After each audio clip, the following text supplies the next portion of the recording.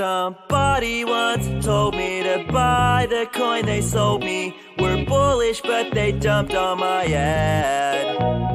They were tweeting me GM like they really gave a damn. Should have said shitty morning instead. Then the blood starts coming and it don't stop coming. Fed changed the rules, little Gary starts gunning. But it didn't stop us trying to have some fun. So memes popped, everyone bought some. So what if there's securities? Why can't we buy whatever we please? It's just a 99% correction. We never ask for protection. Hey now.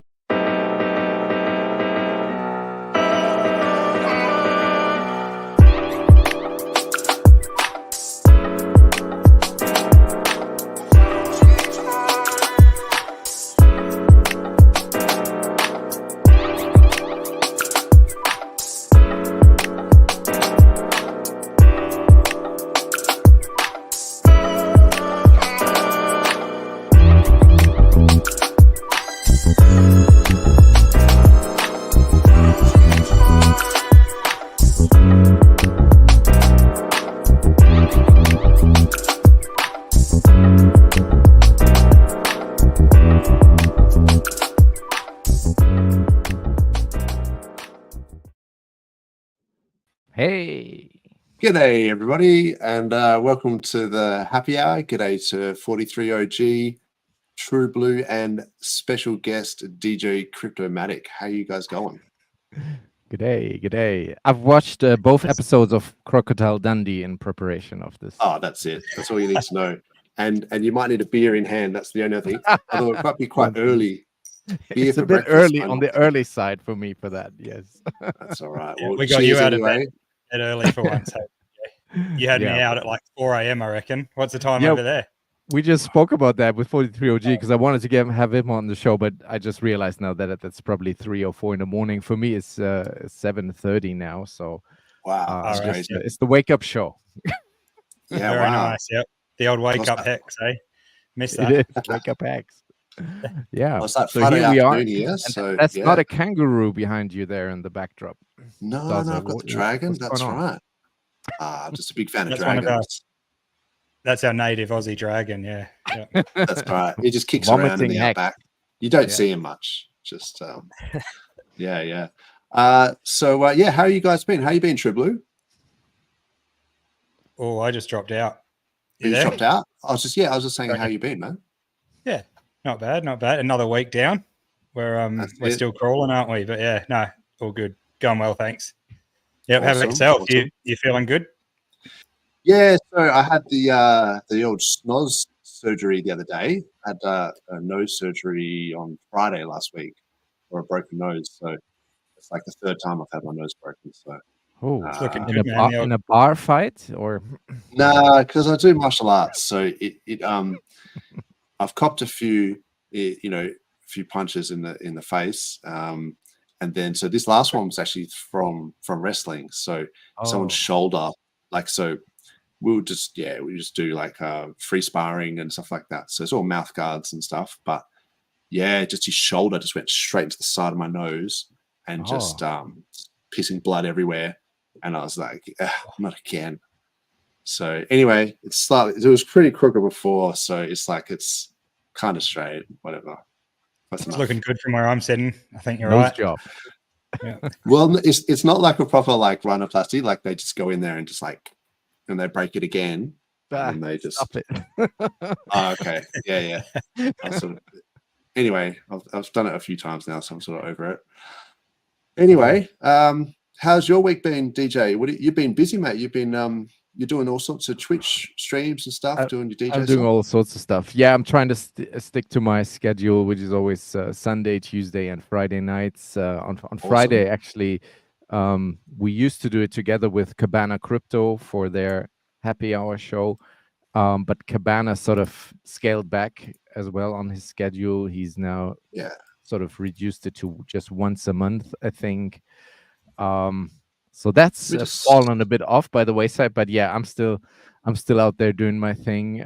So if anybody that likes some music that is in a hex setting, please follow me on Twitch. It's all a numbers game. The more followers, Yeah. the more viewers, the more people I have there, the better I can showcase the Hex and PulseChain branding to actual no coiners. That's a way to reach out to just music communities on Twitch. And I've been doing this now for like, we're going on 4 years almost. I think it's 3.5 years now. Started this during the pandemic. And it's funny, sometimes when I go, when I'm not live and I just look around and go into other DJs streams on the Twitch platform and just say hi in the chat, they go, oh, there's DJ Cryptomatic and the Hexicans. It's like awesome. Totally out of nowhere. That's cool, man. That's really cool. That's really cool. It kind of sticks, the logo and the colors and everything. It kind of sticks with people. So what Richard always has said, we have the best logo, and I think we have we might just have the best logo. 100% we do. Yeah. Look, man, it's really cool. Like I've tuned in a couple of times, and just like you're always pumping some cool things. So, and I like how you have different styles. Like some days it might be like 80s, or it might be like different retro roller skating funk, and then there's like DMB, and so it's sort of like something for everyone as well. I think, which is really cool. Thank you. Yeah. We so try to mix it up. And this weekend actually there is a Twitch festival going on where they have like 80 different DJs going all back to back 30 minutes. And they asked me to submit a set as well for that. So that's happening this weekend. Awesome. I wish I had more details on that. So as soon as because I don't actually know it starts tonight. So it's Friday, Saturday, Sunday, but I don't even know which day my thing is going to happen. So as soon as I find out, I will post it on my Twitter. So if people want to follow me there, and that would be a nice thing to support, because it's always 300-400 people watching live during these Twitch festivals. It's kind of a big thing. And that's again is another, like, I'm not doing this for me or to get any DJ fame. I had this back in the day during my professional career. This is all for Hex and Pulse to really just get the branding out to people in a different kind of way. Yeah. Awesome. No, I think that's really good. Sort of we can do raids and things. People can come on. It's 3 a.m. it looks like for me. But yeah, that's the problem. That's a little bit hard. Might still be awake. Some diehard Down Under guys are tuning in though. So no, I think it's a good idea. To sort of raid these streams and sort of represent Hex and PulseChain. I think that's really cool, particularly because there's people that are maybe not necessarily into crypto at all. Then that just sort of exposes them to what I would say is one of the best cryptos out there. So. And I have like these repeating chat messages which are automated, which explain and talk about Hex, and have links to the Hex Scout, and so like if you're watching like an hour of my set, and every 10 minutes you get something there about subliminal, eventually you're gonna click on it. So that's kind of my way of contributing to the onboarding or to the branding. That's awesome. With no that's all that is. Speaking of sort of shilling PulseChain and things like that to maybe no coiners as well, I just wanted to do a quick shout out to Don Ma Fan. I think True Blue and the guys chatted about it last week. But so he had his fight. This is Dom here. This is the Eternal MMA that they did. So he did a thing. He had a fight. So he's only 23, so he's a young guy. But yeah, he was impressive. Like he won his fight, it's like by elbows, like it's like a ground and pound thing. It was pretty vicious. Like, and you could just tell he knew what was up. Like he, controlled like the range really well, and then just takedowns and just passed the guard, and just he was like a really good fighter. And then so he had, I think, Go Pulse on his walkout shirt on his back, and he did it in the post fight. He talked about Go Pulse. And I think he did an Instagram thing talking about Go Pulse as well. So he's like trying to get the name out there. So I think Nick Eddy was the guy who's like sponsoring him. So yeah, shout out to those guys. Like, it's the same as how Mayo and the guys were doing that with the with Jake Lund and the Muay Thai. So yeah, I think people sort of see this stuff, and maybe it takes 2 or 3 times where you see it here, you see it maybe on a Twitch stream with DJ, and then after a while you think, I might just you never know. It all helps. It all adds. Yeah. it's pretty easy to remember. So, and there's actually a couple of other things I noticed. So I think it's pulsecoinlist.com, which I think they've got a really good onboarding site here. So it's pulsecoinlist.com/buy, and it's basically got all the different platforms, so the main PulseChain bridge, you've got zero fees, talks about Pateus as a DEX aggregator for best order execution. There's, centralized exchanges, PulseX, Blockblend, Coast, 9mm Spark Swap, 9-inch, and then the cross-chain stuff like Rubik. That's basically PortalX. PortalX uses this Rubik. So if you're bridging from like Solana or Base or whatever over to PulseChain, so, and this just tells you straight up like whether they're like what the fees are, whether you need KYC.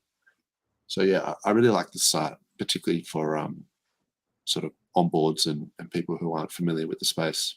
Nice. Yeah. And there's a faucet now as well. Did you guys see that? I don't know how necessary it is, because I think there's that bot that still gives you like 1,000 pulse or whatever. If you bridge across with the main bridge and you've got no pulse in your wallet, I think a bot will just literally give you 1,000 pulse. But there's a faucet now as well. So if you need gas on the other side, you just get like a free 1,000 pulse. Yeah, it's good. And that's community funded as well, isn't it? People are just donating pulse into it. I think so. RHX was saying, Yeah, I'll put the link in the chat. We should probably say hello to the chat as well. So what is up, Red Squirrel? Oi, oi, on his way to work. That's the way. He's saying, oink, oink. DJ. Usually he says oi, oi, oi. So he's changed. Oh, he said that earlier. No, it's oink. Okay. There you go. Yaveen, what's up? What's up? Fast Abdul. There you go. Hey, look out. Max made the faucet. There you go. Yeah, so Fast Abdul, I think, has got the 2 fucks protocol things going on. Yeah, that's it. There's lots of feelings to share as well. Oh, that's good. He's been cooking, hasn't he? They've all been cooking. So yeah. Actually, no, I was going to say, we don't care so much about feelings. I was going to say, we really care about your feelings. I'm like, actually, no, I don't. But I care about your protocol, and I'm interested in the double the yield or whatever it is. But I'm kind of over like people complaining about their feelings and how things make them feel these days. I see a lot of that in the media. Yeah, it's like, anyway, that's just me. How did you guys? Any of you guys see the debate between? Not that it was much of a debate. It was really seemed like a waste of time to me. Seemed like a bit of a waste of time to me. The Trump-Biden debate. I haven't, but I've heard bad things. So I was actually, to be honest, I thought that Biden was going to be a lot worse than he was, but it was pretty bad. But I just thought he was going to be. I didn't even think he would be able to string sentences together. But yeah, I mean, watch it live. What's that? Did you watch it live? 43? Yes. Okay. And did they do the censoring thing? Because that was the big hoopla before, that if Trump would touch certain topics, that they will cut off his mic. Did any of that actually happen, or? They were very. It seemed like it was very structured in that they didn't speak over each other. They didn't have an opportunity to speak over each other. They were allocated certain slots, and they were told, "Oh, you have a minute, or you have another 60 seconds left." So they were just given their time. Look, it was. I think if you watch it, you're like, okay, well, Trump is clearly has mental acuity, whereas I can't say the same for what I saw from Biden. Right, bro. Biden can't even walk upstairs. Like it's not a good sign. Have you seen him try to ride a bike? It's pretty good. That sounds dangerous. Didn't you see that one where he pulled up and he just fell straight over? Oh god, no. Jeez, you do a hip at that age, far out. Yeah. yeah, I mean, some of these guys, struggle to walk and chewing gum at the same time. So I don't know how he is going to be the candidate. Like, I don't know how they can put him forward as a candidate. I really don't. I don't see how. I mean, everyone. I mean, I only watched about 5 minutes of the post debate review, and then I'm just like, this is nonsense. But everyone was just like, yeah, no, he can't. Like, he lost it. He easily lost it. But yeah, we'll see what happens. But I can't imagine him being the candidate for the Democrats. I just can't imagine him being the guy. Yeah. I mean, I don't know a lot about American politics, so I'm not going to claim that I do. So yeah, but it just seems like he's got clear dementia and Alzheimer's. So, but I mean, maybe the guys that are pulling the strings are just framing it in a way that they can get the votes. But I hope Trump wins basically because I'm selfish, and I'm hoping that he's going to put some positive, crypto laws and things through. Good for crypto. Yeah. So, but yeah, it's sort of, I guess it's out of my wheelhouse. One thing that I thought was interesting was that with Julian Assange being released in the week, that maybe that was an attempt to kind of undermine maybe some of Trump's sort of campaign things. I had that thought too. To me, that's a clear. That was clearly what it was. Like they wanted to deprive Trump of a let's just say a victory on that front. Like when a playing card. You can't play that card if it's already been played, right? Exactly. So I guess whatever they offered Julian Assange, it's funny that they all of a sudden they offered him that, weeks after. Yeah, exactly. He's been sort of whatever it is, 15 years trying to get at least a trial or to be sort of acquitted, and then all of a sudden now Trump is talking about Ross Ulbricht, getting him out on day one, the Silk Road guy, and all of this stuff. He's saying he's like pro Bitcoin and trying to get I guess the freedom voters and the sort of the crypto voters on side. And then Julian Assange, I remember that was one of the questions that was posed to him. What about Julian Assange? And he said that he was going to think about it and maybe speak to whoever. And then now Biden is sort of or whoever it is pulling the strings, has sort of played that card so that he can't play it, so that Trump can't play it later. Right. Which is great for us because I mean, he should have been let out ages ago. So either way, I kind of want them to fight over our vote. Our vote. I'm not voting in the US, but I kind of want them to do that, to try and pander to the crypto community, because that's the best case result, right? I mean, it is crypto connected, right? We saw on Twitter that apparently some Bitcoin whale paid for his private flight, back from the UK to Australia. And I understood that the playoff is that certain information that was still on WikiLeaks as part of this trade-off had to be taken down, and they agreed to it. It's kind of censoring that. But we don't have all the details yet. I guess as the weeks progress, more of that will come out. But that makes no difference taking it off WikiLeaks, because that information is out, right? So you can get that off anyway. torrent sites like your Pirate Bay or whatever. That information is there. So if he had to concede that, that's fine. The information's already been leaked, so he doesn't have to store it on his servers because it's already been out. And yeah, I mean, Assange was a hacker since early days, and WikiLeaks was getting paid in Bitcoin. Satoshi actually asked Assange to not accept Bitcoin back in the day because he thought it would bring too much heat to Bitcoin. So there's definitely strong ties with Bitcoin, and these guys were early crypto adopters because they were hacking encryption and stuff like that to leak this information.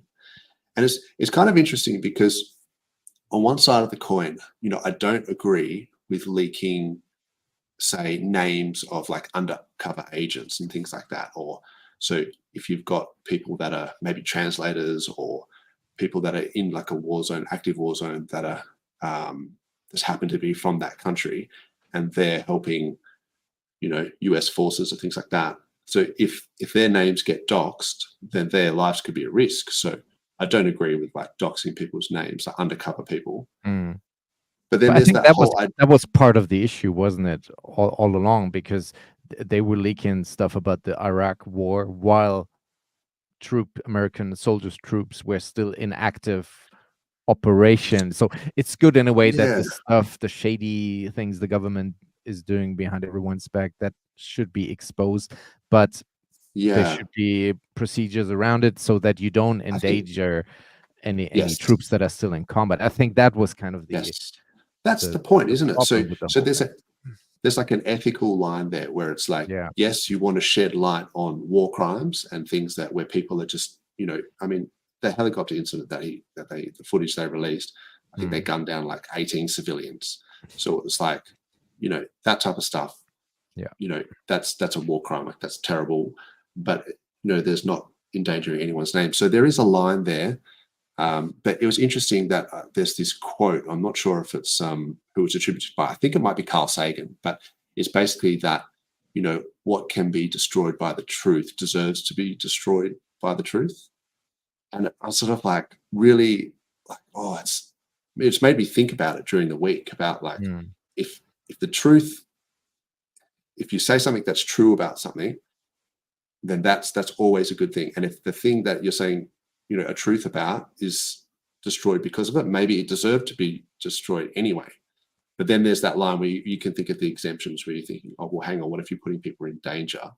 So there has to be some level. It can't just be, an absolutist kind of thing. You have to say, well, hang on, there are reasons. It's kind of like with free speech for me a little bit. Like, I'm sort of all about free speech and everything, but I'm like, yeah, but if your free speech freedom of speech, just watch what you say. Well, yeah, I mean, it's like, as long as you're not inciting like hate crimes and violence and stuff like that, because there has to be a line where, hang on, if you're putting people's lives in danger by what you're saying, maybe there should be, although then there's stops in place like ramifications. So that's that thing where if you have freedom of speech, but not freedom of ramifications. So if you're going out there spewing hate crimes and stuff, then people have the right to then, there should be some consequence for that. But yeah, it's interesting thoughts. I don't hear a lot of people talking about it, but I think it should be discussed. And interesting that we didn't hear anything about it on our media. Like, I was looking on our local news site, and they're just talking about where the best chicken burger is made, and like some TV show. There was nothing like the Assange situation. That was that was in Europe. That was all over the channels. Like, everybody was broadcasting it. It was like really big breaking news. Yeah, I mean, there was a really funny. I thought it was funny, entertaining clip of Tucker Carlson. At some sort of press conference where he was answering some questions from Australian media. That was embarrassing. And they were just really trying so hard to get that gotcha type moment. But he's far too smart for that. I mean, he's a journalist himself. He knows all the tricks. So he just wasn't having any of it, and he really made them look quite silly. And by proxy, makes Australians look silly as well. I mean, it makes us Australian media. I would say Australian media, because it's like they don't represent us. Like those, but they don't. But they give us but it gives us all a bad name. Like how awful they are. I agree. Journalists in Australia are terrible. Our media is atrocious. And, they've lost the concept of what journalism is meant to be, which is unbiased and, questioning the narrative, questioning asking for sources. So if the government comes out and says this, this, and this, you say, well, okay, can you show us why you're making these decisions? Show us the science, show us the whatever, and then let the public decide. But it's meant to be unbiased. You can't just come out at someone and just be like, that lady that was saying that he was or inspiring a mass shooter or something like that. It's like, that's a pretty big stretch. Yeah, you're tying a long bow right there. Yeah, if you're trying to link that.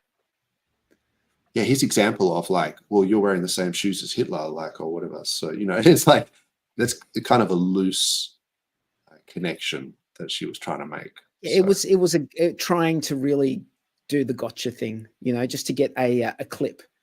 But he handled it really, really well. It was very entertaining to watch. And I find that he's an entertaining journalist. I'm glad he parted ways with whatever media company Fox, he was yeah. with. He was because he just going off on his own is far better. It's yeah. you know, I must admit, when I saw him on Fox, I sort of thought, oh, okay, you know, I just thought he was just towing the lines of thing. But ever since he's left, he's done some really interesting interviews with, you know, Putin and some of this stuff. So that's kind of what you want to see from a journalist, right? Like trying to get both sides of the story. And he's actually in Australia at the moment. He's been doing a tour in Australia. In the different cities. So I'm not sure where he still has to go, but I think he's got like 1 or 2 left. Well, yeah, I think journalism, definitely in Australia is just all-time low. And I liked this. This was a quote I saw from Julian Assange as well. What are the differences between Mark Zuckerberg and me? I give private information on corporations to you for free, and I'm the villain. Zuckerberg gives your private information to corporations for money, and he's man of the year. Yeah. So 100%. That's really interesting, isn't it? It's like, hang on, he's sort of shedding light on things that some of these corporations and stuff are up to for the people, whereas some of these other guys are taking your private information and giving it to the corporations. Well, it's interesting that you bring that up, because during the week I watched a video on YouTube where someone was describing the next generation of computer hardware these NPUs, the neural processing units, which essentially could, if used by these big corporations like Microsoft and Apple, if they use this hardware in the way that it could be used, it could essentially just make end-to-end encryption obsolete, because it would give them the power to just see everything on, like, record everything that's going on. We'll just record everything that's going on your screen. So if you're typing on your screen, sending an encrypted message end to end, it could give them the ability to track that and know what's going on. That's really interesting. Yeah. So it just, and what I found interesting about this video is, like, they commented that, saying that we might get to a point where you really need an offline device to encrypt a message right before you put it, send it across the internet. So it's been encrypted on an offline device, much almost similar, in a similar way to how you use a Trezor or a Ledger or a hardware wallet, where the sensitive information is kept offline, and you're only sending things that can't be can't really be decrypted, apart from someone on the other end with the the key. And maybe some legacy hardware might be start to become more valuable as well, because they don't have these backdoors in there. So let's go back to the Commodore 64. That's right. Play some got mine in the basement. More like the can and the string, like that. That's that's where we might end up. If only. Yeah. Well, I think it's just that new generation hardware is not out yet, so we can still use this current hardware that we've got. It's right there. It's right there. I know what you mean. I don't know that all hardware doesn't. I think maybe some hardware already does have it. I mean, or it's slated to be coming out on new generations of iPhones, and I'm sure that this is going to be, that's going to be hardware that just becomes part, because that's not going to be the reason for that hardware. That's not going to be it's just going to be a way that hardware could potentially be used for that. Yeah. So I think in a way that like sort of. So they're bringing out laptops and stuff with like AI, like Copilot, whatever, just integrated into the laptop, or like, so you don't have a choice almost. So well, I don't think Apple's, or I think Windows and Apple's, I mean, really moving forward, I think people are going to have to make a choice. And the difficult thing about it is that if you're communicating with someone and your device is secure, like you need the other end. You need the other end to also be secure. Otherwise, it's not, like, none of it's secure. It needs to be end to end secure. It can't just be your end, because then if the other side is compromised, then that too, then that's all they need, really. That's all that's needed. Yeah. G'day to PulseX here and Mango Junkie. The grumpy old man. Yeah, so it sounds like they were talking about the debate there.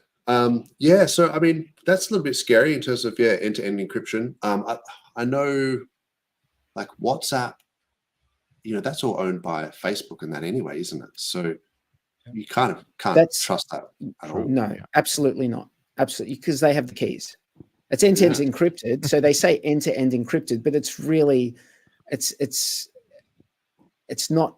So the reason they say end-to-end encrypted is to give you a sense of confidence in you sending a message through their service. However, if they are able to, if they have the key, and then they are also working with governments or agencies, giving them access to whatever's being, then it's not really end-to-end encrypted. It's just it's really a joke of a system, Mm. Yeah. Look, I'm afraid it's going to get worse. I'm concerned that we're going to need those offline devices, and you're going to only be able to interact with people with those offline devices. It's going to. You can't even buy a new computer without like signing into a Microsoft account. Like that's the very first thing it makes you do. No. And there are ways to get around to it. Yeah. I've figured out how to get around it. You have to not be. You got to go into the. I'll just tell people the quick way of doing it. Right, when you sign in, when you load up your new Windows, don't be connected to the internet, and then you have to make a local account that asks you some questions, and then you just like that. That is how it. But it's not. It's getting worse though. It's getting worse. Like every time at work the other day we had a new laptop, and I was like, how do I get around this shit? And so I had to go into the command prompt and do some weird stuff, and I was like, all right, whatever I got to do, because you can't just be signing up to Microsoft accounts every time you get a new computer. Or you get a Tangang phone.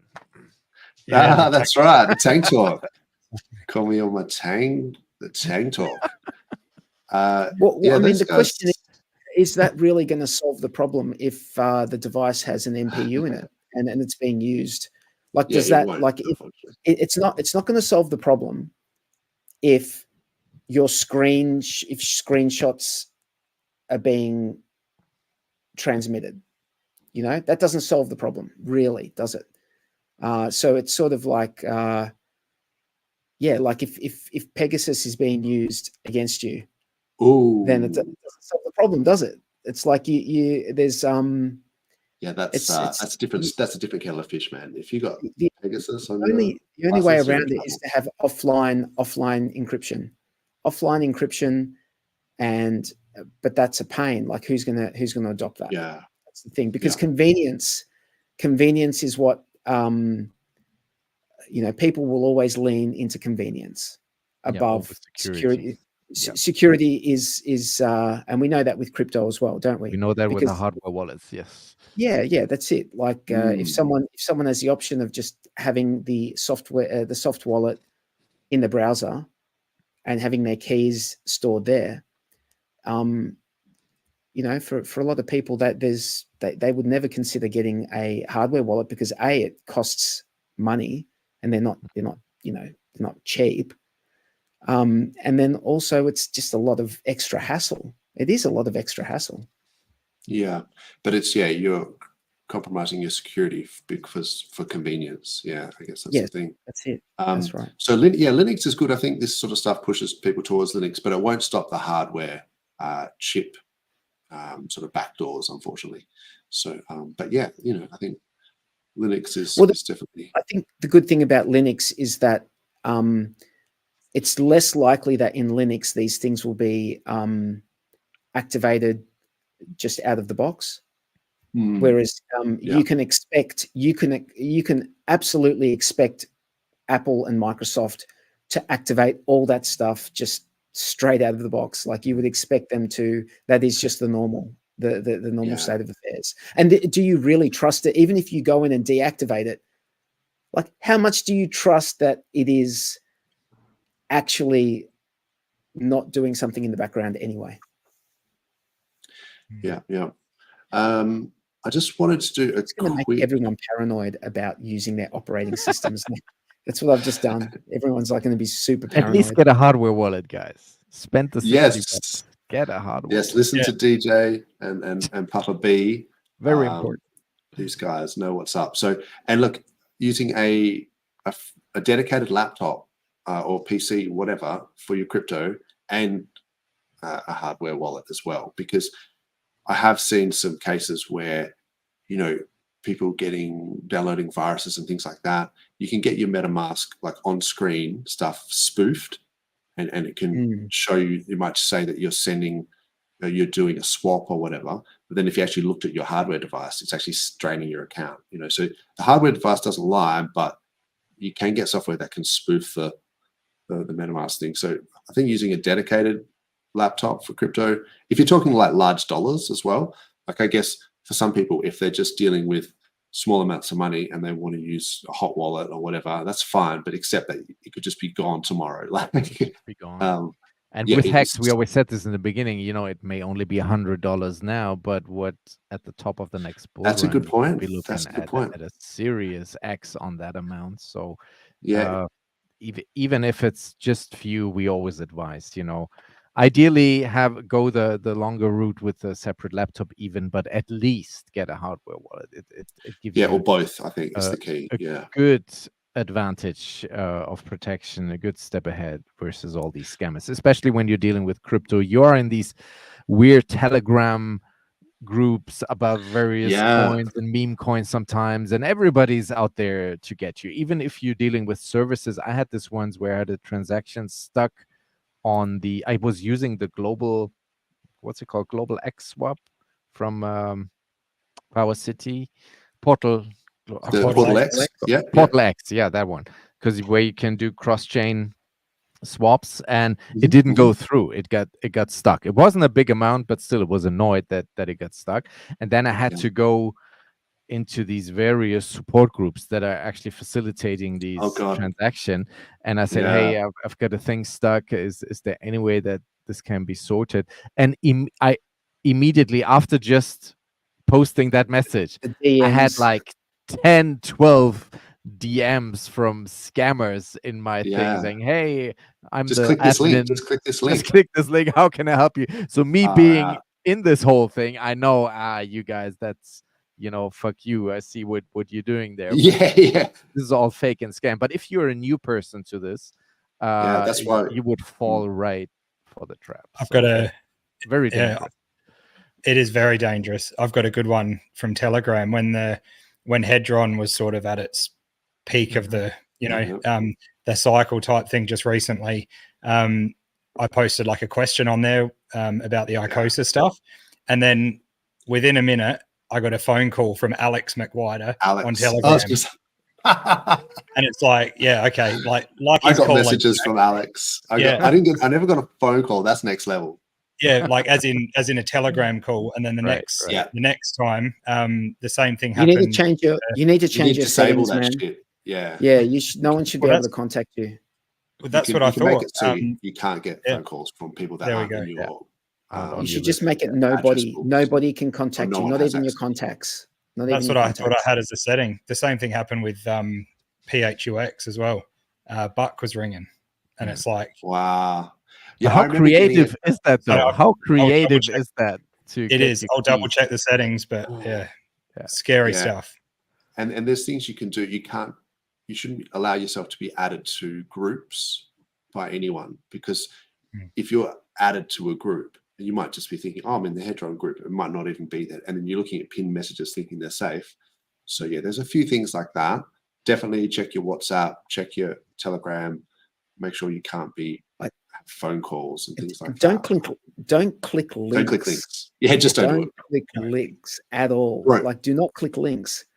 I was just about to say. No, let me go tell ahead. you. I'll tell you what. This is like. This seems paranoid, but this is how I deal with something that I feel like I have to click. If I have to click, like, I need to find out whether this is. I will spin up a virtual machine. I remember that, yeah. And like click a link in a virtual machine, so that if I can just like blow everything up at the end and just just to see, you know. Or the best way to do it is just delete that shit. And then if it's important, they'll send it back to you, right? Like, they come back. So when someone will send me some attachment or whatever, I'm just like, scam. And then, you know, if, God forbid, I deleted someone's email that was like a legit document, they would just literally call me or send it again and say, what's up? You didn't answer my email. And I'll be like, I thought it was a scam. So it's no harm, no foul. Just default. It's not just deleting that stuff. It's not just links. It's any document. Like any docx or PDF. Just don't open them. Any file.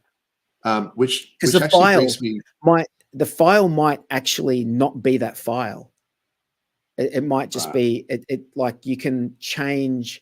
One of the most creative things that I've seen is that in order to make the file name seem like it was a legit file name, they actually used Arabic, like an Arabic way. So it's reversed. So the name of it was actually exe dot the name, but because it was back to front, because they go from right to left, it looked like an exe file, but it had a payload in it. It was a very, very creative way to trick an unsuspecting person. So you just don't trust anything. You can change file extensions and things like that pretty easily. So yeah, you could be thinking you're downloading something, but you're actually downloading something else.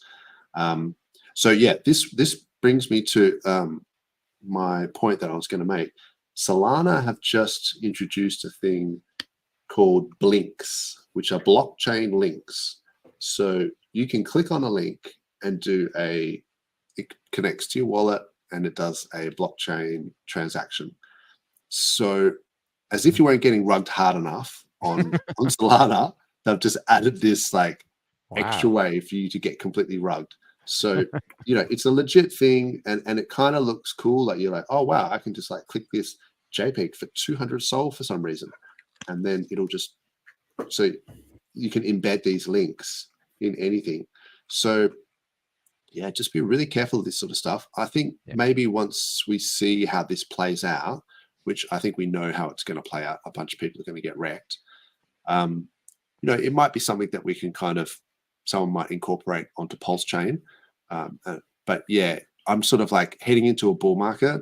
I'm just not clicking links. I'm just not doing it. So look, I think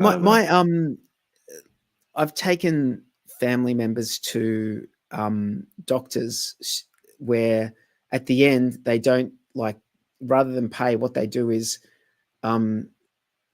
they will send you a text message with a link that you're supposed to click on and then go and do all that stuff. And I just like whenever it's something like that, I always say to them, I don't click links. So whatever the traditional way of doing it is, like if there's a bit of paper I can sign, I'll just give me the bit of paper, I'll sign it on the spot. I know that's legit because you're here.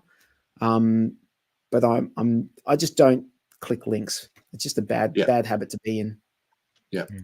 Speaking of not clicking links, here's some links that you can click. So Ben Sierra has got the Liquid Hex front end. So he's updated this front end. So if anyone cares about that Liquid Hex thing, you could have some free money. By the way, everyone who's a hexagon, right, and has got stakes and has not had the fortune of being able to sell much hex, and has just been like a good hexagon who's staked long, and you have like airdrop. You've got airdrops, right? Because I don't see many people talking about L hex in the hex community, which is interesting to me. That's interesting to me. That's very quiet. Right? Because if people either they've VES or they've taken, I think if you've taken more than $50,000 worth of profits.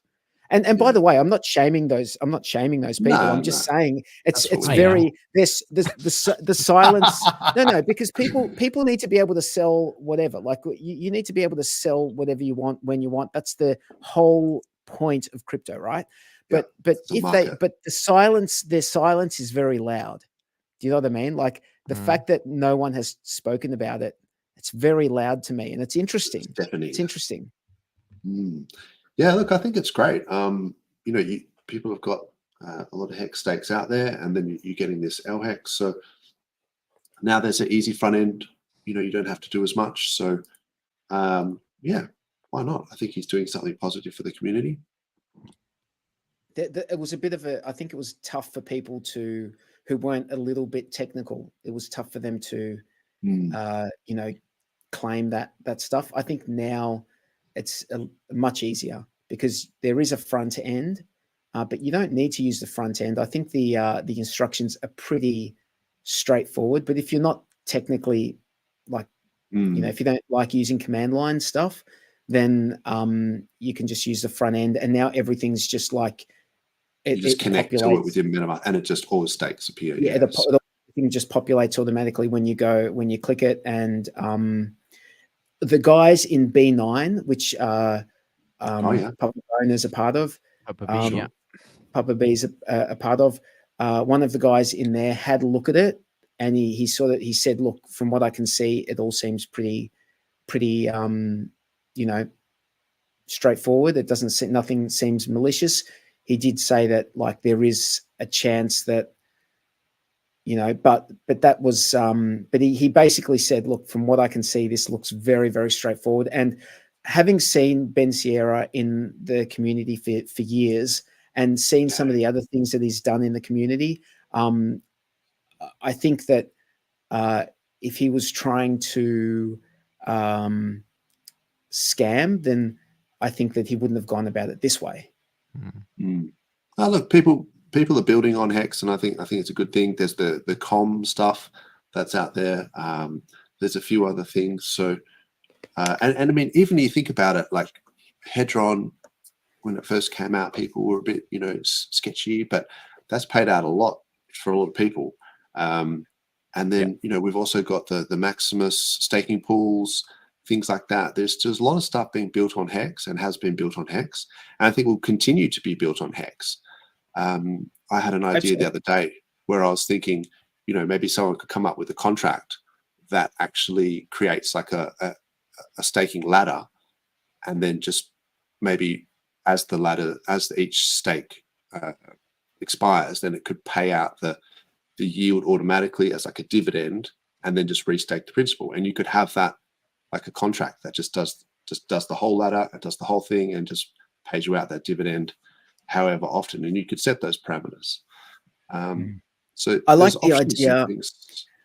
I like the idea of, and I don't think anyone's done this specifically, but I like the idea of a 5555 airdrop. I like the idea of a 5555 airdrop, and maybe if you do not a maybe Quattro Cinco, yeah, get but an maybe airdrop. not. Maybe you don't get it all. Maybe Well, you Com only get kind of does that. Com kind of does Yeah. that. Yeah. Yeah, but I'd like something really simple, like a 555 airdrop where you get, like, you can claim half of it now and then the other half, maybe closer to the end. Yeah, I think that's the idea with Com, is that if you get that sort of But it that should be worth voucher. something too. Like with Com, that's just so crazy. Like I I'm know. a Com gazillionaire. Like I've got You got like gazillions of that shit. that's right. You It's not even a trillionaire, it's a quadrillionaire. I think they call him a quad father. A If you're quad in Com. quad father. A That's quad right. father in Com. Oh my god! Even Com's gone a bit quiet, hasn't it? So I don't know what's going on there, but there was a bit of hype around it. And secret weapon, eh?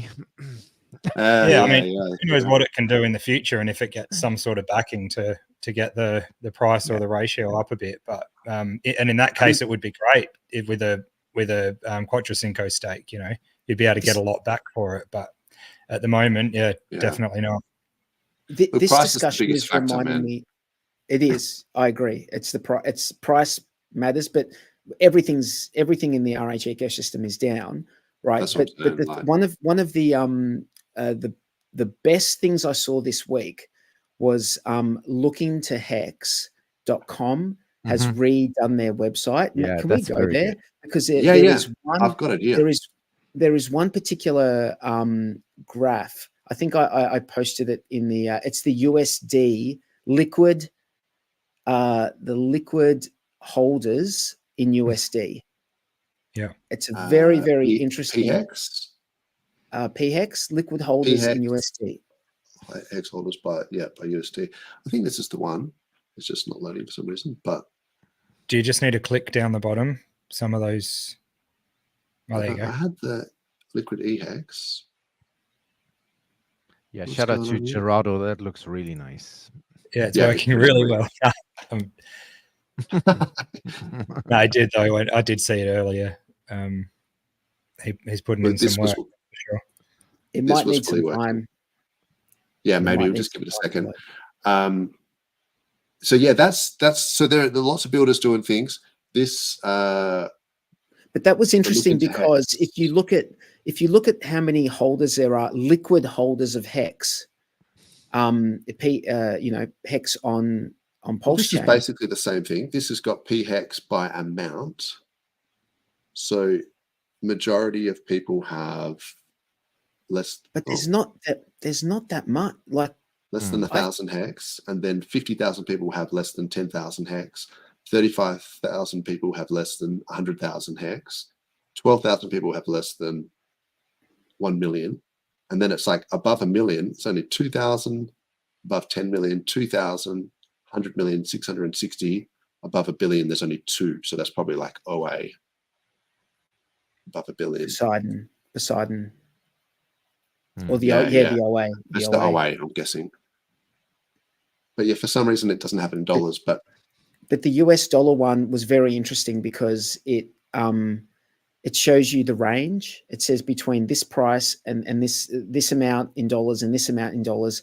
And it was surprising to me because I didn't realize there's so few people with much money left in Hex. I mean, there's not that many people left on that higher end. Obviously prices are down a lot. But if you look at it, you're just like, well, okay, well, just looking at this, it doesn't seem like there's that many people that could like that. If they haven't already sold now, it doesn't seem like there's that many people that can continue selling. Having said that, I feel like I've said that before, Yeah, and look, Hex holders per day, PHEX holders per day. Look, it is dropping off. So look, but this is what we're seeing. That we're saying because the price is so wrecked, people are, it's natural that it's going to go down, but they don't understand that this is actually the best time to buy. Like when the price is at the highest is when we'll have the most new holders, and they're the ones even that will... staked, like what, there are 900 sharks and dolphins, or 850 some, or 940. But what new is that? stakes, 900 people on this whole planet. So that shouldn't be a serious threat for the price going forward. I misspoke. It's 940 T-shares to be a dolphin. 9,400 T-shares to be a shark. Around the 10,000. No, it's 10,000 to be a dolphin. No, it's less. It's like, because it's a percentage. It's a percentage of the total amount of T-shares. So I think to be a shark, it's 0.1% of all the T-shares in existence. And then to be a dolphin, it's 0.01% of all T-shares. So I think at the moment, the total amount of T-shares is it's 940 something. I'm not sure if it's 940 trillion. No, it's 940 quadrillion or some crazy number like that. Some crazy number. That's awesome, man. Yeah, it's a pretty cool site. Like there's heaps of stuff. I was just going through it now, and it's pretty awesome. Except for that one graph that's fully not loading for us. But yeah, I'm sure it'll come good like in the next hour or so. But yeah, check it out. Adoption, and then hex holders by USD, and you can just go liquid P hex. But yeah, it's basically the same as this one here, where you've got the total hex holders by amount. But yeah, that's pretty cool. There's also been some cool stuff I noticed. So Pulse Coin List, like I said before, had that the buy page. They've also got the community page going here. So this is all the Tangang tickers. So I thought that was pretty cool. They had that all in one place. Just one page, is it? It'd be, yeah, so you just go up to ecosystem. It'd be 2 or 3 Tangang pages of tickers. The way they're building. Right. They got a few. They got a few. And now they've just launched 9mm on base as well. So now they're sort of going cross-chain. So I think they've got the wrapped HOA on base, and they've got 9mm. So you can actually do liquidity providing and stuff on base now through 9mm. But yeah, I mean, hopefully that's going to bring people across. I mean, we don't know with this sort of stuff how effective it is, but it shows that people are building, at least, like there's all sorts of tools. I was using this one the other day. This is the permanent loss calculator. I think the Maximus DAO guys made this one, which is pretty cool because, like, if you're looking at, say, the wrapped ETH PLS pool or something like that, and you're sort of thinking, oh, well, hang on, if I'm in this pool and then ETH goes up because of the Ethereum ETF, then I'm going to get wrecked in terms of, impermanent loss. So say the Pulse price, whatever, 4045, and then the ETH, that's 10 missing. Say the ETH goes up to, let's say it goes up by $1,000, like to 4,500, right? So you think, oh no, if I'm in this pool, I'm earning ink, but I'm going to get wrecked because of impermanent loss. 0.78% is the loss. It's not as high as you think. So a lot of people are kind of thinking, oh, well, yeah, if you do like a 2x and a 5x and this and that, then yeah, you're going to be missing out. Yeah, well, maybe when we start getting 5x's, we'll start worrying about it. But until then, like maybe just accept 0.7% of impermanent loss, and you can be earning ink like in the background. Like, exactly. And it doesn't even anyway. I just think, yeah, the impermanent loss calculator is pretty cool. So there's a few. I'll put that in the chat as well. There's a few tools. So it said there, if you had $1,000 of each, it'd only be $20 of impermanent loss, basically. Yeah. And how many ink is that at the moment? That's like 10 ink or something. And you could make So that pretty quickly. Oh, you'll be not with making a more. I guess. Well, yeah, it depends, but you earn pretty decent ink in those farms. It's like 40%, and then you can also put that ink into another farm. So you can put your ink into a Pulse farm, and that would have even less impermanent loss because ink and Pulse are probably more likely to track together, and that I think has pretty good APR as well. Yeah. And then also, because you're compounding it, so you're earning ink, say in the wrapped ETH, wrapped Pulse pool, and then you're using what you've earned to then put into another pool to earn more ink.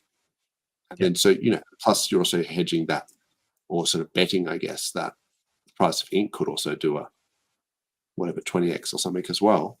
So then it might be worth a lot more than you think. Mm.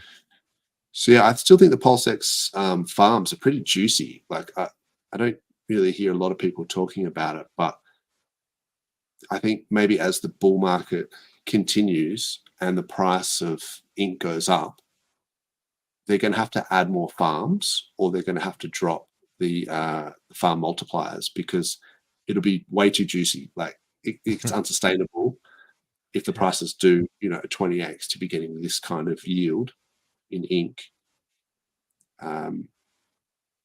So I think maybe when they add more farms, then the APR will drop. Yeah, definitely. Because as the price goes up, it has to, if you see what I'm saying. Yeah, either that or we keep getting lots of ink, but then the price of ink just drops or doesn't move. Well, either that or the price of ink doesn't go up as much as we think, but we've seen it go up pretty hard. Yeah, that's for sure. Wasn't that a bit of an issue when PulseChain finally launched, that it was kind of going against the ethos of Hex a bit in the beginning, that on some of these farms you had like an APR of 500 or 600%, and people were thinking, why should I be staking Hex when I can just be farming and be totally flexible? I can farm today, I cannot farm tomorrow. It's not like this locked up thing where you commit yourself to the Quattro Cinco. And I'm still in that camp. I think. Oh, that's fair enough. The delayed gratification over years, I think that is still the best invention that was ever made in crypto. So I don't know how we will going forward have I think there's a place for both aligned, but they don't hurt each other. I don't think they hurt each other. I think they're not mutually exclusive. I think people can hold Hex liquid, they can stake it, they can use the farms, all this sort of stuff. I don't think it's kind of like saying, what's better, an action movie or a comedy movie? It's like, well, you can't really compare them. If you're in the mood for comedy, then you want to watch a comedy. Like if you want to watch an action movie, then that's fun. One's not better than the other. They're just different. So. You and I are of a different ilk, maybe. I don't know. I don't know about True Blue. True Blue. I'm the odd man out here. Which one? I'm not sure. I can't speak for True Blue, but I know DJ, you and I, mate, we're of a certain ilk. We're the dinosaurs here. I don't know, man. It's yet to be seen. If we keep getting 11 hex, sorry, man. No, you go. If we keep getting 11 hex per T-share payouts like we did again just the other day, what you're farming isn't going to matter too much if you're accumulating a lot when everyone's end staking to then go over and farm. It's going to get diluted. Blue, it's going to keep going up. It's going to keep going up. That's a fact. It's like the only way it's going to go down, the only way it could possibly go down is if the OA starts staking. Yeah, that's the only way. That's the only way it's going to go down. Otherwise, it's going to keep going up. Yeah, it's going to keep going up. It's just the maths. The maths is great. Like I didn't expect us to be at this point, permanent above 7 hex a day per T-share. That came very quick. It's pretty good. Yeah. It's going to be 10. It's going to be 10 in another 10 3 or 4 years. Absolutely. 3 or 4 years, it's going to be it's going to go up because because it's the way it's worked out. I mean, it's not a linear increase. Yeah. Over the long term, it's going to go up more and more and more. It's like it's You know, that's where you get that's the compounding effect. How that goes up is the compounding effect of the payout over the long term. And you don't see it if it's a short-term staking, you don't see it. You only see it in the long-term stakes. You can only experience the benefit of it over the long term. That's it. You know, a lot of the streamers that are getting, you know, Hex or, you know, PulseChain streamers that are probably getting more views than us. What I've noticed this week is most of them are talking about the buying opportunity with PulseX and Pulse. So I don't know if people are being quiet on Hex just because they're not interested in it, or if it's because they're buying it. But yeah, there's a lot less talk about the opportunity in Hex at the moment, and everyone's saying, oh, it's, you know, looking like a bottom in PLS and a better buying opportunity in PLSX. So I don't know. Yeah. Well, I mean, like a lot of people in like I'm not throwing shade at anyone out there, because everyone, you know, I truly believe that this stuff is about you do what you want to do. Yeah. I think it really is about that. So if someone, you know, likes the idea of buying Hex, but not staking it because they don't like the idea of staking it, well, you know, that's you. That's the way you want to do it. If you, but I wholeheartedly believe that it's a great system. It's like a really, really good system for the long term. You know, now I've been saying that for years, and really it's only good for the long term if we come back up in price. You know, that it's only, you can only say it's good for the long term if the price comes back at some point. But there's a couple of tweets. So Richard, which I think it will. Richard recently had been tweeting a little bit and sort of saying, well, Ethereum and Bitcoin had gone down 95% in their history. Nobody hates on it. Yeah, and he was sort of saying, you know, Ethereum's gone down quite a lot of times. You know, obviously EHEX went down heaps times, you know, over its run. I mean, maybe not to the extent in terms of, you know, only 80% instead of 99%, or and certainly not the duration. So this is obviously not just a dip. This is just like it's like we're in a bear market, like we're out of phase with like maybe some of the other bears and things. But Pulse is only like a 2x away from SAC. Like that's nothing. Like that's people will stop crying once it gets above that. Hex has got the lowest liquidity, so it's going to have the most volatility. So it's going to go down the most and probably go up possibly the highest. So it has that. It looks bad now, but it could also look really good in the future. And I think it's bullish that RH was kind of saying that, you know, Pulse is down whatever 80% or 79% or something, because he cares about the chart. Like he's like invested in the glory of it, and he's saying, but he also wants to be able to point to that later and say, I told you it was down 80%. That was your opportunity. I tweeted about it, and now watch me flex on this chart. So if he didn't think that it was going to go up, he wouldn't be pointing that shit out. So many We've been people saying that on the What the Heck show the other week, that the floor is lava has always been his favorite meme. So I think he's dying to getting back to be able to post, you know, when everything tanks and one of the RH tickers is a big fat green. I think that's going to stand when you out. will see him triumphing and dancing. Yeah. I think can you imagine, like, you know, if we get over, you know, and obviously as a strategy there is risk in this, but if the crypto market was to take profits and put them into the RH ecosystem, you know, let's just make a fantasy world where that happens, right? Yeah, I think that's the and then RH ecosystem, all the tickers start getting green candles. Well, that's the rotation. That's the capital flow, right? Where you have the capital flow from Bitcoin into Ethereum into altcoins. That's sort of how it kind of works, and that's how you know it's alt season, when you actually look at those metrics on chain and you can see the capital flow going in that direction, which it hasn't been going. I mean, I mentioned this last week, but and I've mentioned it before, but and DJ, I'm sure you'll back me up on this. There are a lot of people crying about not being able to afford T-shares because they were so expensive in 2021. Yes, a lot of people crying and moaning. $10,000 per T-share Yes, at one point. Very, like, a lot of people crying about that. So if you were crying in 2021 about that, about not having the T-shares, yep, you shouldn't be crying right now. You should be laughing. You should be happy. You should be just, But where are those people? There were loads of them. There were loads of them. They're out getting wrecked on Solana rug coins. Yeah, probably. Yeah, look, it is what it is. People, it's market sentiment. So, if people think that the price is going to go down, then they think, well, if I sell, then I'm going to be able to buy back more token units at a lower price. And then, so if they think it's going to go down, then they sell. It actually makes it go down. It's like that sort of self-fulfilling prophecy. It's like the sentiment actually does affect the chart. Once people start to think it's going to go up, then they'll start buying, and then it will go up.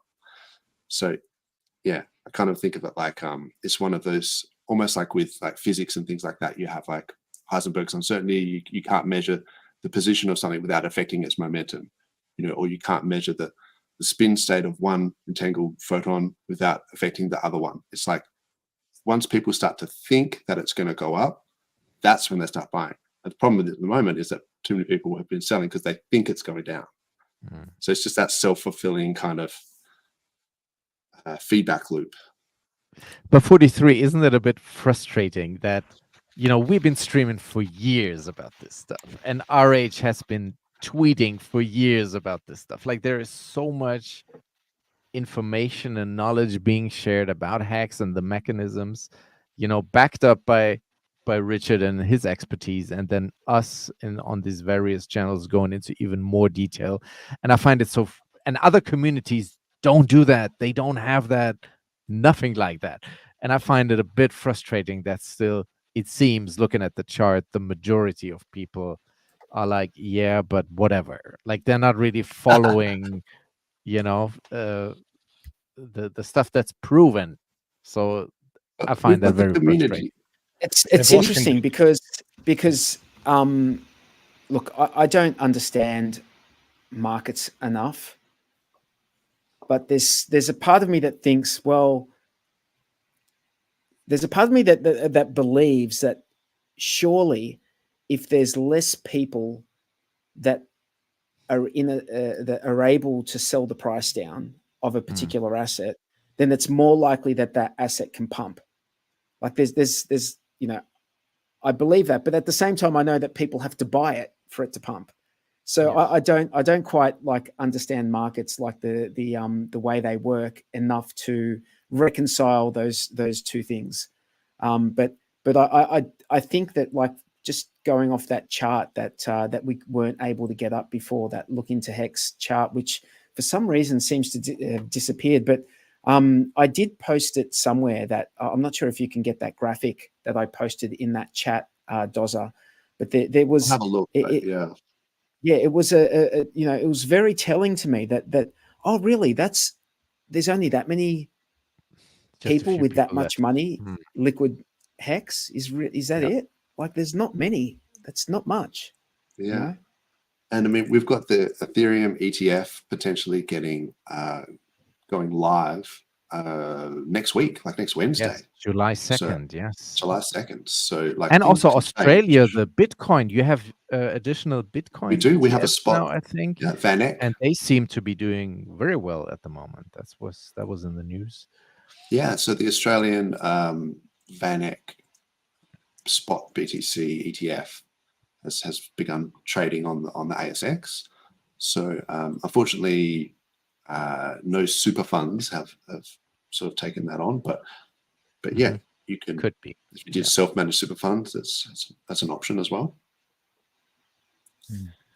But yeah, I mean, it basically comes down to price. Like, the good thing is we have the community. So one thing I've noticed with all these meme coins, say on Solana, call them what you want, they don't have the community. They just have, initial price, like they have these jeets that come in, the sniper bots, they pump the price up and just immediately dump, and then it's just down forever. Like it's just so, having just the price is not enough. You need to have that community as well. So I think that's one thing that Hexagons have got going for us. We're massive, and all we need is that price to come up. People will come back to Twitter and they'll start dunking on people and all that sort of stuff. So it's all there. It just, all you need is the price. So, and Heart's Yeah, Law, I get once I it get the starts going feeling up, that it'll all be back. I'm pretty confident about that. I get the feeling that there's a lot of people out there that would prefer to buy Hex at 3 cents. Yeah, I reckon so. Yeah, it's human nature, man. Yeah. Human nature. They buy Like, when just- it's expensive. Because think about the mental gymnastics that will go on there. It's going to be, okay, well, at 3 cents they've confirmed in their mind at least an upward trajectory, right? So they've thought, okay, well, this is going up, but we're still so far away from 56 cents. Yeah. So so they're going to be like, well, maybe I'll forego some of the X's that I would have got, but then I will have confirmed the uptrend. Yes. You Wait know? for momentum. Yeah. Yeah. A lot of people do that, We've got 91 viewers, it seems. Awesome. 67 on X and 24 on YouTube. So shout out to everyone Smash the likes, who's guys. here. Smash the likes. Yeah, we need smash the the likes. likes. We need the algorithm to That's right. acknowledge. Good for the algo. Look, there's 91 people out there that are interested, and so I think Comment. share it, comment, any put kangaroos in the chat, whatever you In can. the chat, do you like big boobs? Yes or no? That's right. And Where's Sammy Chica? exactly. Come on, Sammy, for the boys. Yeah. So Sorry. there's a few other things I was going to say. Is so a lot of people are kind of talking about the Solana ETF that has just been announced as well. So, but I don't know. When I was looking at the charts last week, I'd have to have another look in a sec. But it looked to me that Solana had topped, and certainly the Sol ETH ratio was looking pretty bad, and I just broken the 20 moving average, 20 week, and things like that. So it might be that some of these things are going to start to rotate. Like you might have certain sectors have bubbles. So there might have been a GameFi bubble, an AI bubble. There's a Solana bubble, and then now they're all talking about Solana ETFs. That just might provide the exit liquidity for those guys to get out, rotate into ETH, trying to get the next, the actual trading ETF before that takes off.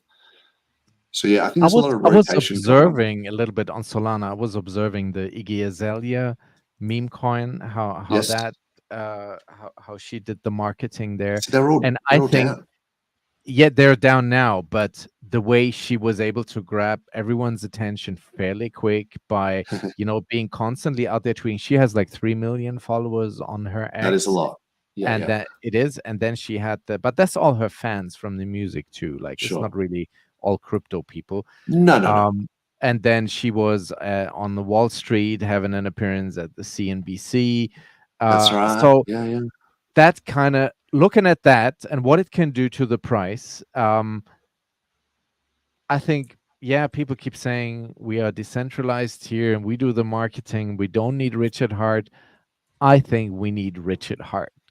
Just compared to that, if he would go on CNBC, if he would speak at crypto conferences like that, if he would tweet more, we could see a similar result, and then people would follow back in and we'd have the green candles. He needs to give it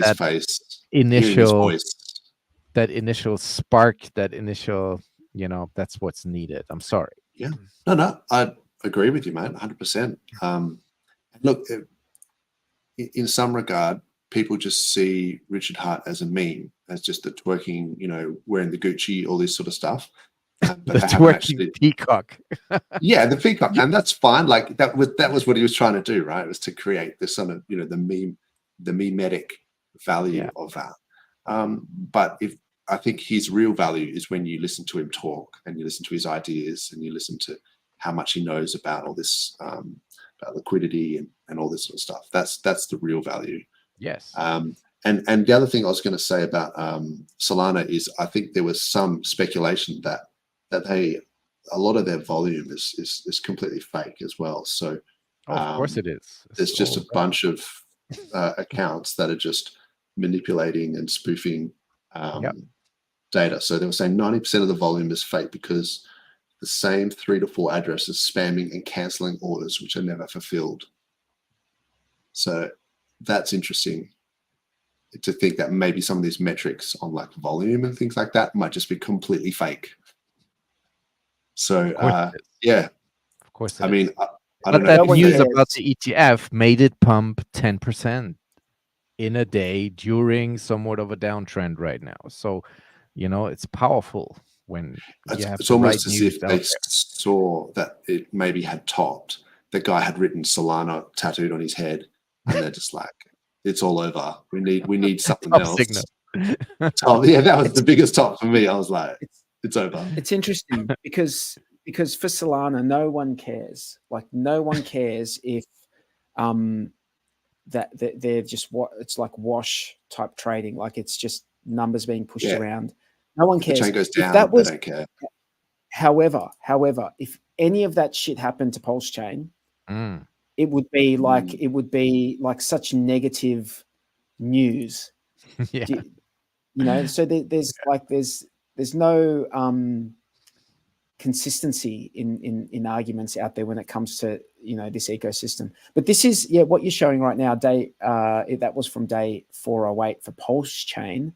Hex, liquid hex. Only 18 liquid hex holders with $1 to $10 million worth of liquid hex. That's 18. I mean, that's dollars worth. Okay, that's dollars worth. Like, and there's only 2,949. Right. Like this was on day 408. I'm not sure what it is now because we couldn't get it up. But it's pretty close. We couldn't get the chart up. But from this is like 2,949 holders with only between like 100 and $1 million. Not a lot. It's not a lot. No. Doesn't seem like a lot to me. Small like numbers. only It's not, man. Only 18 with 1 million to 10 million. Only 18. Like that doesn't seem. And how about like, this number here? This is concerning. Only like 1,200 people have got over 10 grand, but less than 100 grand. I'm thinking, and there's actually less. There's more people that have over 100 grand than the people who have, you know, between 10 and 100. So, look, it is a really good I think those opportunity. numbers are lower than what we thought, for sure. There's a really good opportunity to be in that yellow, in that 10K to 100K zone.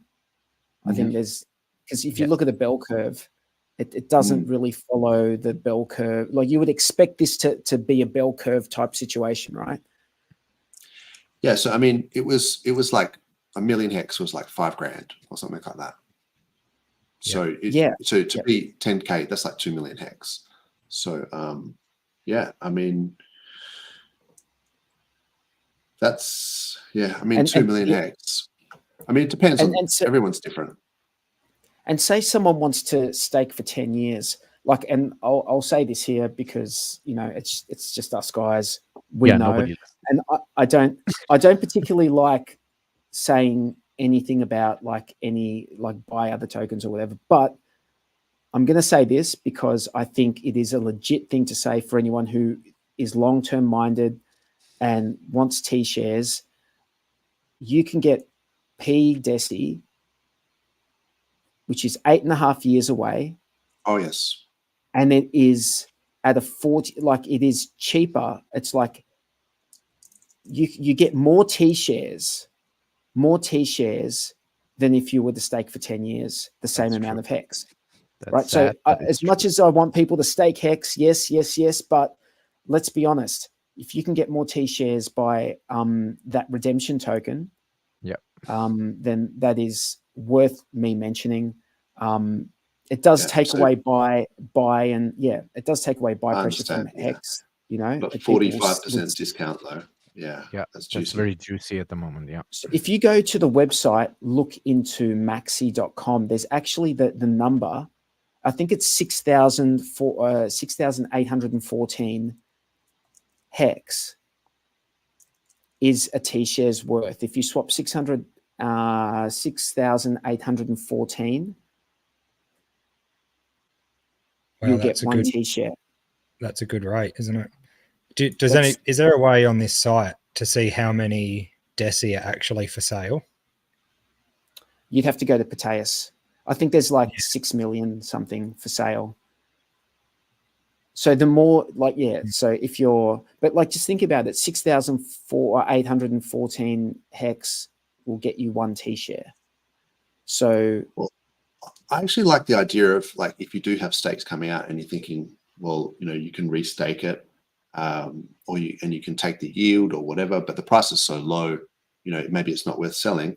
Maybe that's when you put it into PDESI or something like that as well. So at the end of there's a question in the chat. What happens at the end of DESI? You just have to. You've got a week. At the end of DESI, you've got a week to claim the end of the stake. And then it doesn't cost as much as there's a Ethereum version. It doesn't cost it's not like an end stake cost. And someone will have to pay that end stake cost, but there'll probably be a pool contract to pay the end stake cost. And you do get the hex. You get the actual hex in your wallet at the end of that because it's a redemption token. There's only 8.4 years left on that, by the way, that DESI. Yeah, but so you can either go mint it back, otherwise it'll be restaked for that next 15 years type thing. I think it's important to mention this. You have to balance that with the fact that a lot of DESI, a lot of hex is going to be minted out of that stake for a lot of other people. So there's no doubt in my mind that event will be there'll be sell pressure at that time. Sure. There's no doubt in my mind. But it could also be the case that a lot of DESI just gets automatically restaked for another 10 years. We don't know what's going to happen. I'm sure not everyone's going to be on the ball and know when that ends, and some people might miss it. Yeah, so I'm really excited about getting to the end of the DESI stake. I still bring it up on the on the app and stuff, and it's man, not counting it day by day almost, but it's watching the progress bar on that go across. It's going to be a pretty cool thing getting to the end of that. Seeing what sort of yield there is just going to be huge. Yeah, but the dollar, how much you can get a T-share for through DESI is so much cheaper. It's significantly cheaper than staking hex. I hate to say it, but if you want T-shares, then you're, in my mind, and you're willing to wait 8.5 years, I reckon you're a good guy and you deserve to know this information. But do your thing, do your own, you're going to do what's good for you. Yeah. We've got over 100 viewers at the moment, so shout out to them and shout out to Hugh Exican. And shout out to DJ Cryptomatic for may or may not have bringing them here. Exactly. Yes. Wall to Wall is even cheery today, so that's awesome. Good to see you. And Hex Clips, g'day. So we've got a few people here, that's for sure. Was there anything else you guys? I was going to chat about this indicator that I saw during the week. So have you guys heard of the Pi Cycle top indicator? So this is for Bitcoin, right? Yeah. So it uses 111-day moving average and a 2x multiple on the 350-day moving average. But I've heard people talk about this before. And so these are where the 111-day moving average crosses over the 350-day, where they cross over is this Pi Cycle top indicator. And so if you look at where they've crossed over, it's basically nailed the Bitcoin top within like I think a few days. Yeah. And it nailed the first top. So you know how there was a double top with Bitcoin last cycle. But yeah, so they're still pretty far apart. So I have heard some people kind of saying, you know, saying some FUD about, you know, that it's all over and it's all going down and things like that. But there are things like that that you can look at that just sort of, and total 2 is still way below where it was. And even if you look at diminishing returns, even if it got like a 2x on last cycle, total 2 should hit about 3 trillion. So yeah, there's things like that, the part cycle top indicator and total 2 that kind of make me bullish that we've still got a long way to go with this cycle. Yeah, we're only getting started, I believe. Like, we've seen nothing yet. I think there's definitely a 2 or even a 3x is possible to the Bitcoin price going forward. No financial advice, but I think the real stuff will happen next year. I think all this summer, I see it as still sideways action, you know, a bit up, a bit down, but not crazy down, unless some crazy black swan, of course, happens, which you can never be certain. Then we've got the American elections in the fall, which might change things around, and then sort of we might go into a Santa Claus rally. That's really how I'm looking at this year, and then the big stuff will happen all next year. Yeah, it's kind of my outlook on things. The hash price as well is another thing you can look at. Yeah. The price hash rate follows price, or the other way around, and that's also a bit on a downtrend at the moment. It's really low. Yeah, it's really low, and because of the mining rewards have been halved for BTC miners, then the cost of so whatever this is in terms of terahash per day per dollar, so these are kind of indicators as well as to where you are in the cycle. But if you zoom out on that for like the 1 year or the 5 year, and it's still crazy compared to where it was. So go out to the 5 year, the last cycle. Yeah, I had another chart where. So that's interesting because that's different metric here. That's a different. I think CoinDance is the site that I just looked at the other day, that had the Bitcoin hash rate, and it's overall still at all-time highs for amounts of hash power. But yeah, it topped out earlier this year and is now trending down, but only slightly. Yeah. So this is a different calculation here. It's against the dollar or something. It is. So this is the 1 terahash per second hashing power per day.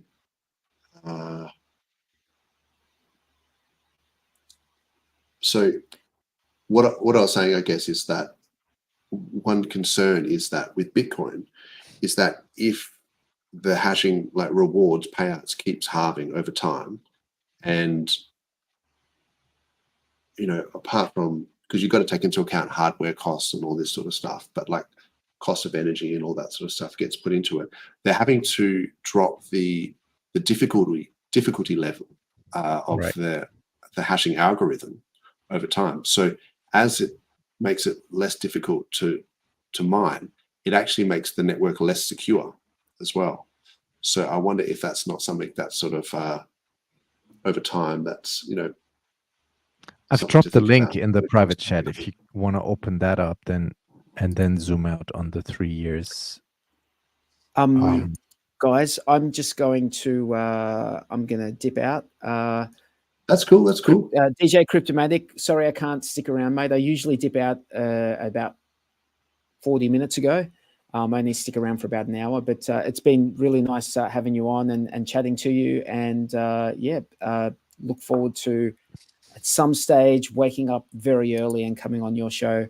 Yes, please do. See, maybe there is a chance, or maybe you're traveling at in a better time zone or something like that. But then you have other things to do than streaming with us. But yeah, it's been great to. I'd really love to come on. It's just a matter of logistics and timing. So we'll hopefully make that happen at some stage in future. But I'll say goodbye to everyone in the chat, and I'll just say that this one last thing before I do leave about the DESI thing. Very quickly, the difference between a hex stake and the DESI stake is that DESI will automatically restake after a 1 week period. So if it is hex that you want, the beauty of the hex stake is that you've got 2 weeks grace period at the end stake time. But then if you didn't stake, even you'll lose 1% per week of the stake value. Yeah, however, it's not that terrible. But yeah, you like if you did it in 4 weeks after the stake ended, it wouldn't be like hugely detrimental as far as whereas with DESI it would just restake for another 10 years, which is a long time, and probably why DESI is at such a massive discount. Anyway, on that note, I'm going to dip out. See you later, guys. No worries. Yeah, thanks, 43. Good to chat to you, bro. Have a good weekend.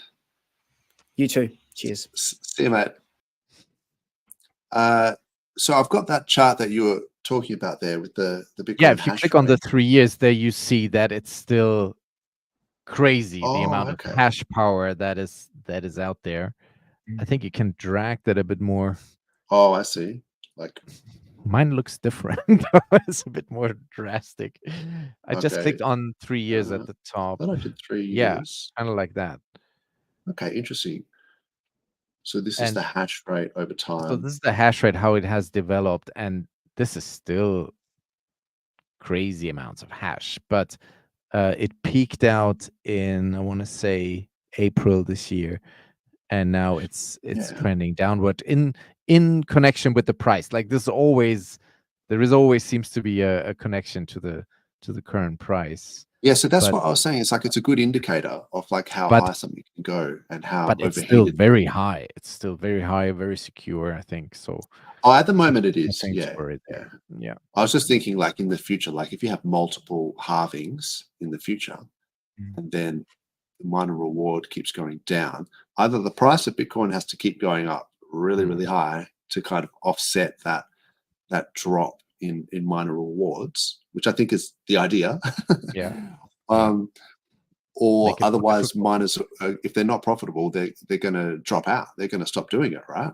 So that's you get Bitcoin miner capitulation, and that's normally sort of in the bottom of the bear.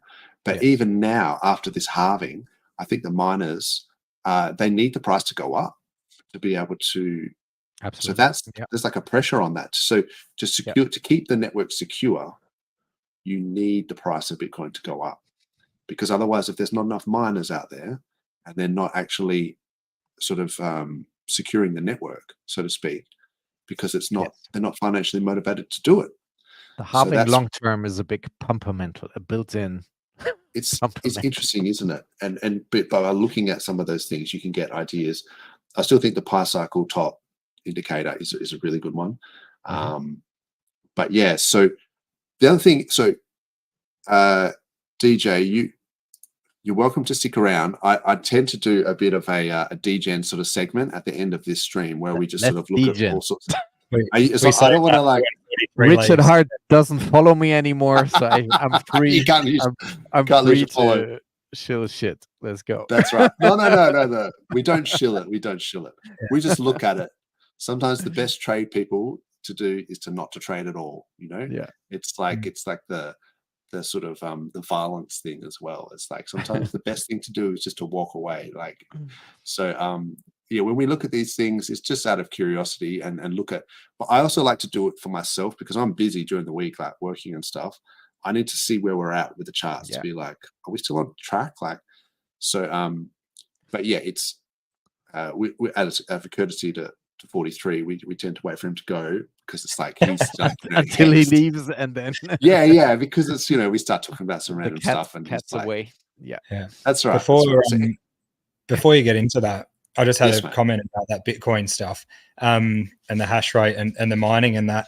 I reckon at some point miners will start dropping out because there's other things opening up for them now with with AI building up and more adoption with that, and also things building on it, because I've seen some stuff about like Bitcoin, I guess, mining farms that are actually signing contracts with AI companies to do their work for them, and their processing for like, all sorts of stuff. But like for now, things like rendering different types of images and, real in-depth type AI rendering and yeah, all sorts of processing. So if they start getting better money elsewhere, like you said, the security and the hash rate could actually drop a fair bit because they can just go chasing other stuff. So there's, I don't know if that's been in the thoughts or in the plan from the beginning, with the, Satoshi's sort of outlook and stuff, but there is a big shift that could happen, Yeah. But that what you just said, plus, obviously Bitcoin mining now being a big corporate play, is big corporate business. I think there is like just 2 major pools left on the world, a bunch of small ones who don't really matter, but there's like 2 big ones who hold the majority of the hash power, and we are promoting DeFi, real DeFi. So Bitcoin has become, because of that, you could argue in a weird, twisted way that it's very centralized. Given that only a few corporations are still able to hold up the hash rate game. I agree. Yeah, I think it's only going to get more so as well. Yeah, that's true, isn't it? And there's something like 40% of the Ethereum nodes are by two big players. Right. So in terms of centralization, it's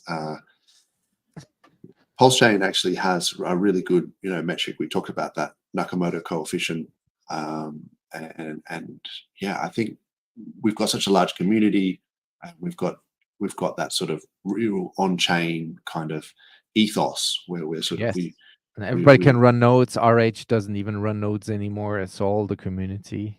So that's one of the really what it's all about. Things about PulseChain. That was Satoshi's vision as well. It's like that. The peer-to-peer cash, like that was the actual transacting between peers. So the meme or the narrative of Bitcoin changed to a store of value and digital gold. But in that Bitcoin Satoshi white paper, it was peer-to-peer currency. That's what it was meant for. So, I think having that, the censorship-resistant nature of PulseChain, the fact that we can self-host, the fact that we can be our own validators, it really is probably more in line than what Bitcoin is today. Yeah, with the original Satoshi vision. Awesome. All right, well, yeah, let me just whip up this intro thing here. Here we go.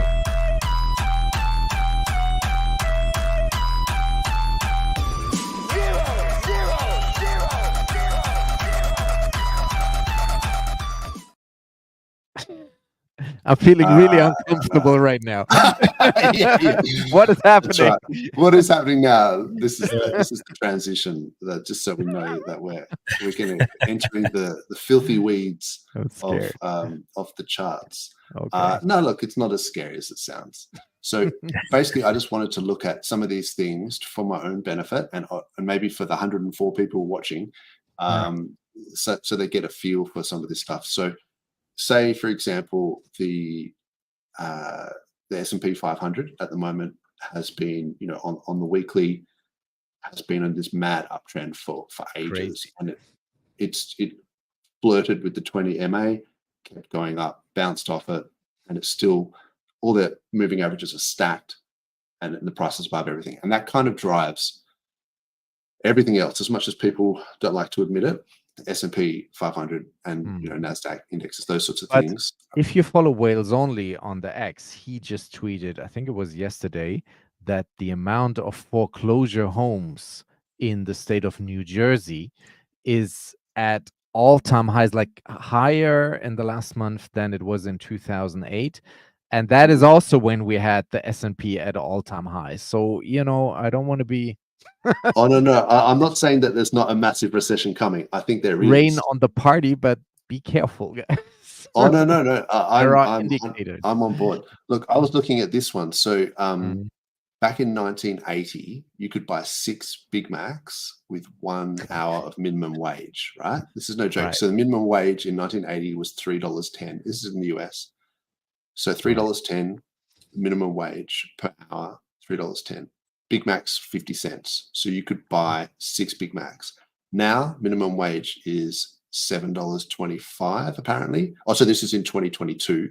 This was where the example came from.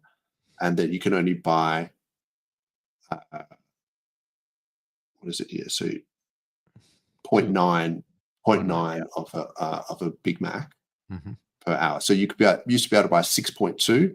Now you can buy 0.9. Well, in 2022 that was. So that kind of gives you an idea of, like, I know it's a random metric, like Big Macs per minimum wage hour.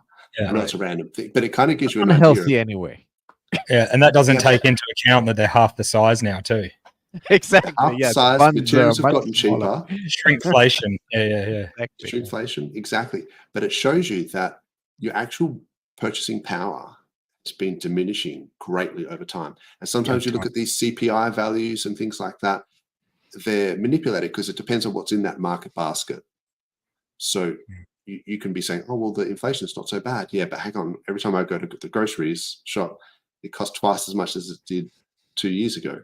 So I really do think that there's, we're in for some hard economic times. Oh, yeah. But in saying that, the S&P 500 has been killing it. And I think that's why Bitcoin has been doing really well as well. Apart from the fact that it's just, sort of due to, in terms of its cycles, if you believe in that cycle theory. But it did get rejected off this, previous, well, I guess off the all-time high, the new all-time high that it made. It's sort of 71K. And Ethereum's been doing it as well.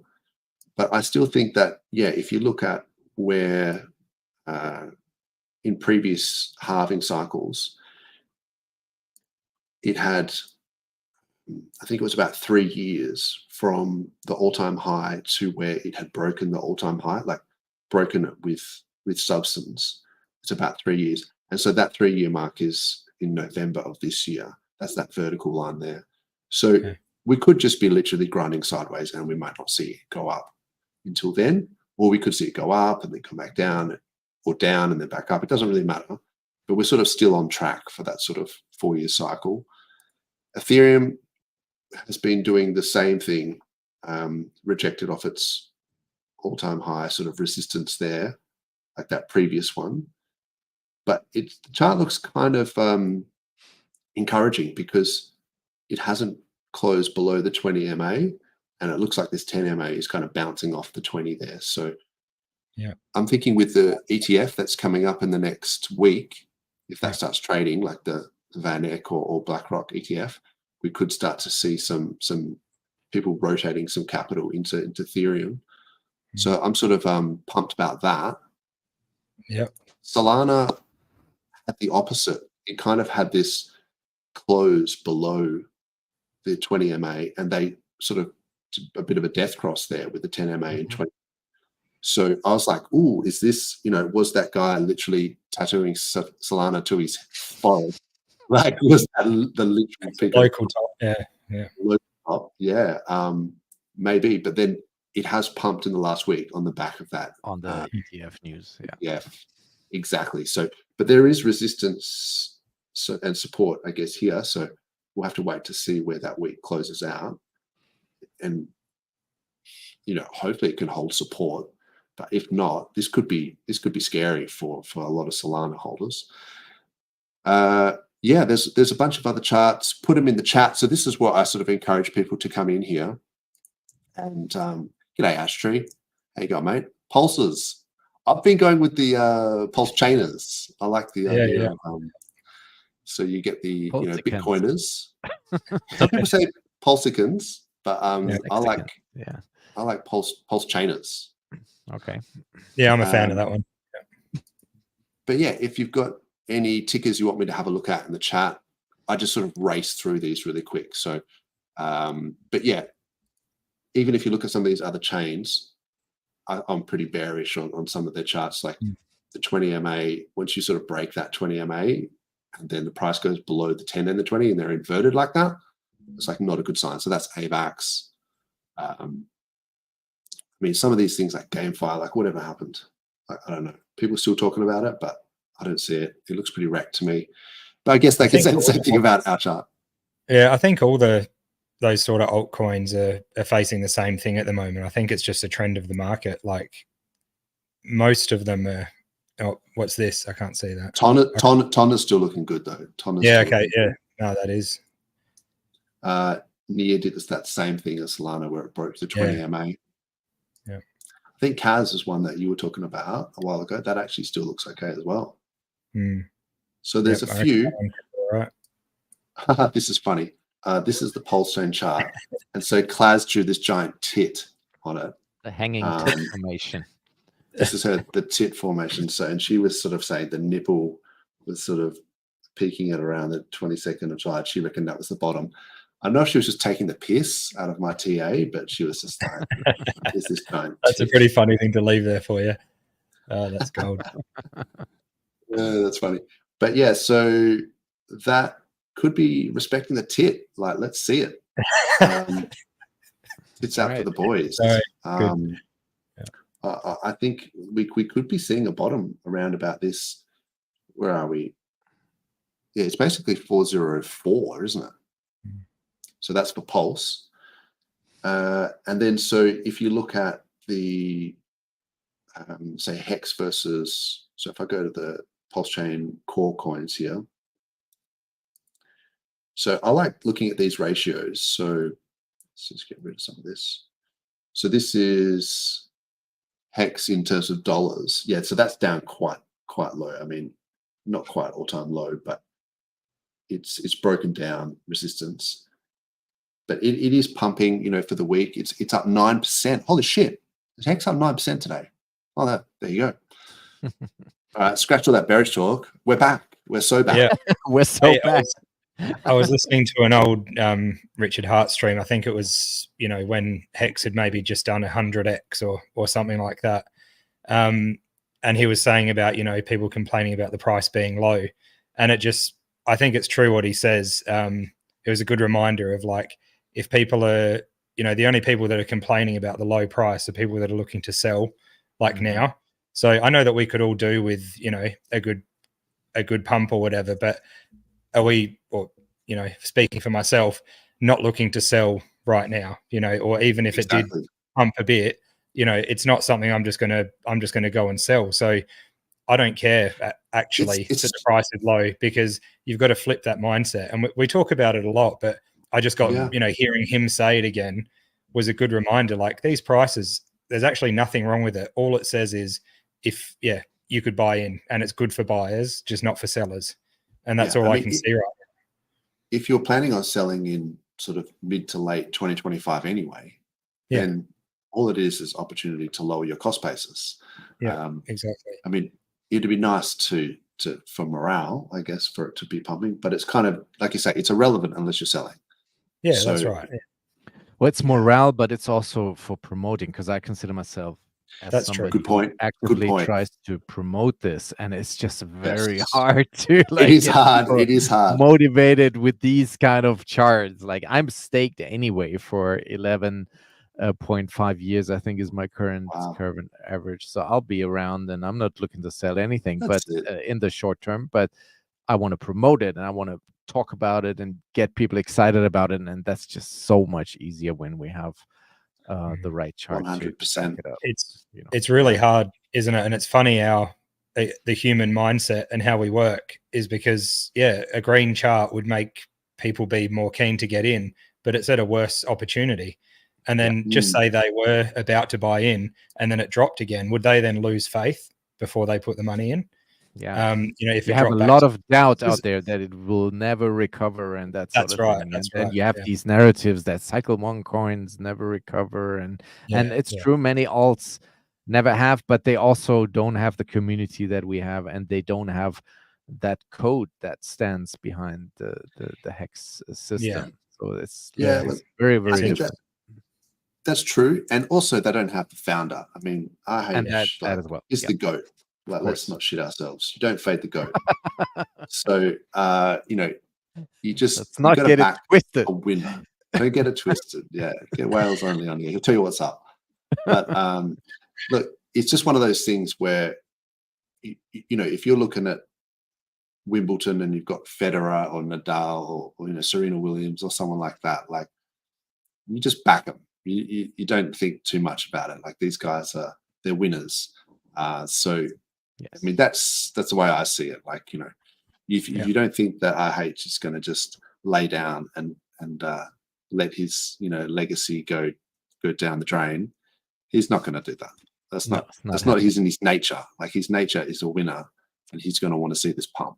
And he's smart. He's smarter than most people out there. So he's going to smart, and he's also in private. He's the nicest guy ever. Like, he can be very harsh and very much out there, but I stuck with him since the beginning, and we had DM conversations, and I've met him in person in London at the 2-year Hex anniversary. Awesome. And he is just a great person to talk to be around with. So don't believe in all this, the stuff that's out there. So when it comes down to it, I fully support that man. Nice. That's good to hear. Thanks, DJ, for that. I appreciate your input, your insights, because you've been around for so long, and you've got a bit more insight into it. That's the one thing with me. I have all the history. Like, my first Telegram recorded message in the Hex Telegram room is from January 2019. So that's like a year before, almost a year before the launch of Hex. So I've been around for the duration. Yeah. That's the way. That's it. No, mad respect, man. We know that you've been around for a while, so that's awesome. So this is the Inc Pulse chart. So Inc in terms of Pulse.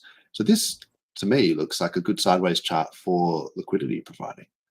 So PLS Inc, look at it, it's just going sideways, and it's kind of on support as well there. But that's why some of these ratios, when you sort of look at them from that point of view, like, I think Inc.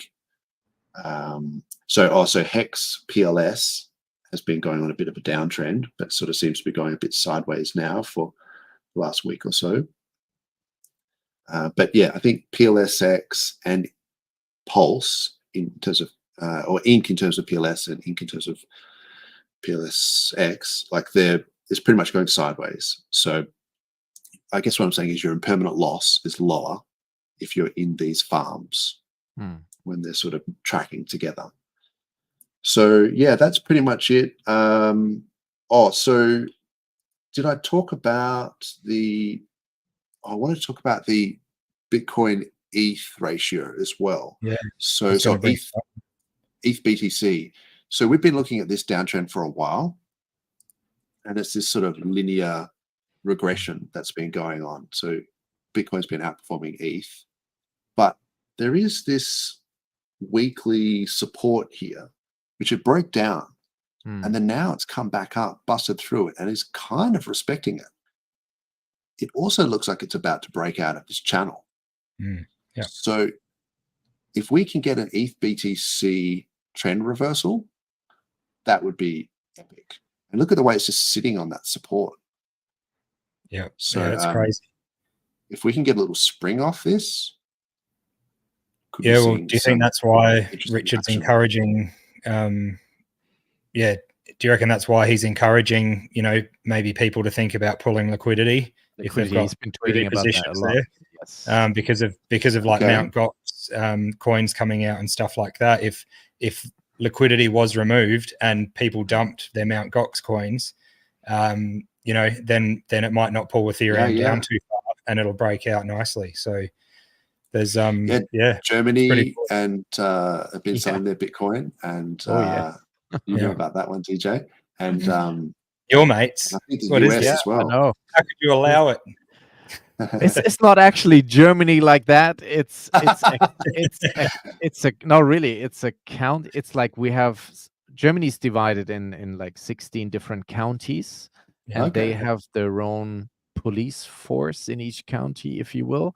And it's just one county that happens to, arrest these guys back in the day, because this is seized Bitcoin from a pirating website where people could purchase access to movies and software and whatever, and pay in Bitcoin. This is back in 2012, 13, when it was still pennies on the dollar, but it's a huge amount of Bitcoin that was seized. And so that happens to be that police department, if you will, in that county. They've been dumping it. So it's not like the German government made this wholesome decision, we're going to sell all our Bitcoin. This is a bit tricky there. But yeah, it doesn't matter. That end of the story is still that a lot of that stuff has been dumped in the past. I mean, the US government's been selling the US Bitcoin, as well. Other Mt. governments have to. Yeah, they think it's the top, I guess. I mean, we just talked about a whole bunch of reasons why we don't think it's the top. Exactly. Terrible traders. Exactly. And it does make you wonder as well about, if Mt. Gox, because a lot of people are pricing in this FUD, kind of saying, oh, well, Mt. Gox is going to be, dumping all this sort of thing. But Bitcoiners, if you ask me, I don't think they're going to be dumping all their Bitcoin because they know it's not the top, right? Yeah. Like they might sell some portion of it, but they're going to wait it out. Yeah, well, cycle top before they dump a lot of people that Mt. Gox. Yeah. A lot of people that bought, when Mt. Gox was around and operating, they probably rebought again. And so a lot of them could be true believers. They might not all just be some random guy that accidentally bought it and then now he's going to, be a gazillionaire. They could well and truly just hold it for the long run. But it also depends if they're actually going to be getting it coin for coin, what they actually lost. Or if a lot of people are saying it could be just the dollar value of the time that it happened. So do you guys know what the actual answer is on that? I've heard a lot of FUD. I've heard people who were saying, oh, they're going to get $600 per Bitcoin back and all this and so on. I'm just like, nah, man, they got to give the coins back. Like they have the coins, they got to give the coins back. They don't own those coins. Like they were just holding them. In their exchange. I also hear various theories, but the guy to talk to is your man Tangent, because he made it public that he's one of the creditors. Or he is always welcome on here. If Tangent is in the audience, he is always welcome. He was affected by the hack, so he should have first source information on what's going on. Yeah. In fact, it would be perfect time for him to come on because I was just about to talk about some Tangang tickers as well. Tangang tickers. But I'm going to go through it real quick as well because this is just how I like to do it. So HOA, so this is on the weekly. It looks like, we saw a bit of a downtrend. I talked about this a couple of weeks ago, and I was sort of saying that, once you get this price below the 20 MA, which hadn't happened for a long time, that's when you got to start to watch out. And then it kind of went below this support here and then went above it and then back below it. So it's kind of been going down. I would like to see the price go back above, like close at least a day above the 20 MA before I sort of start to call it that is the bottom. But, that's the problem with moving averages as indicators. You're always going to be a little bit late to these things. You're never going to be able to pick it because you're kind of waiting for that confirmation. So that's how I like to do it. I mean, you can break it down into like a 4-hour or something like that and be like, oh, well, in that case, the price is above the 24-hour moving average. But I at least try and keep it to daily timeframes and ideally weekly. But you can certainly be late to these calls. But yeah, so that was HOA. I think a lot of these charts were sort of very similar to the HOA chart, but they were sort of almost exacerbated. So I think Dick with Butt, it broke down the 20 MA here, and then it just priced below both, and they inverted. It's still inverted. So you've got the 10 below the 20, excuse me, and the price is only just now picking above it. So, and then I did this fib channel, so it looked like maybe it might respect one of these lines. Maybe it's respecting this 78.6%. Maybe we've seen a bottom. I mean, some people, I think somebody talks about 50% retracement, so good times to get in. But yeah, I'd like to see the price at least go above that 20-day MA there. Are there any other resistances if you zoom out a bit, or? Some of these coins aren't that long, aren't that old. Yeah, no, so even in terms of like, you can't really do weekly sort of stuff. So in terms of dailies, where are we? We're here.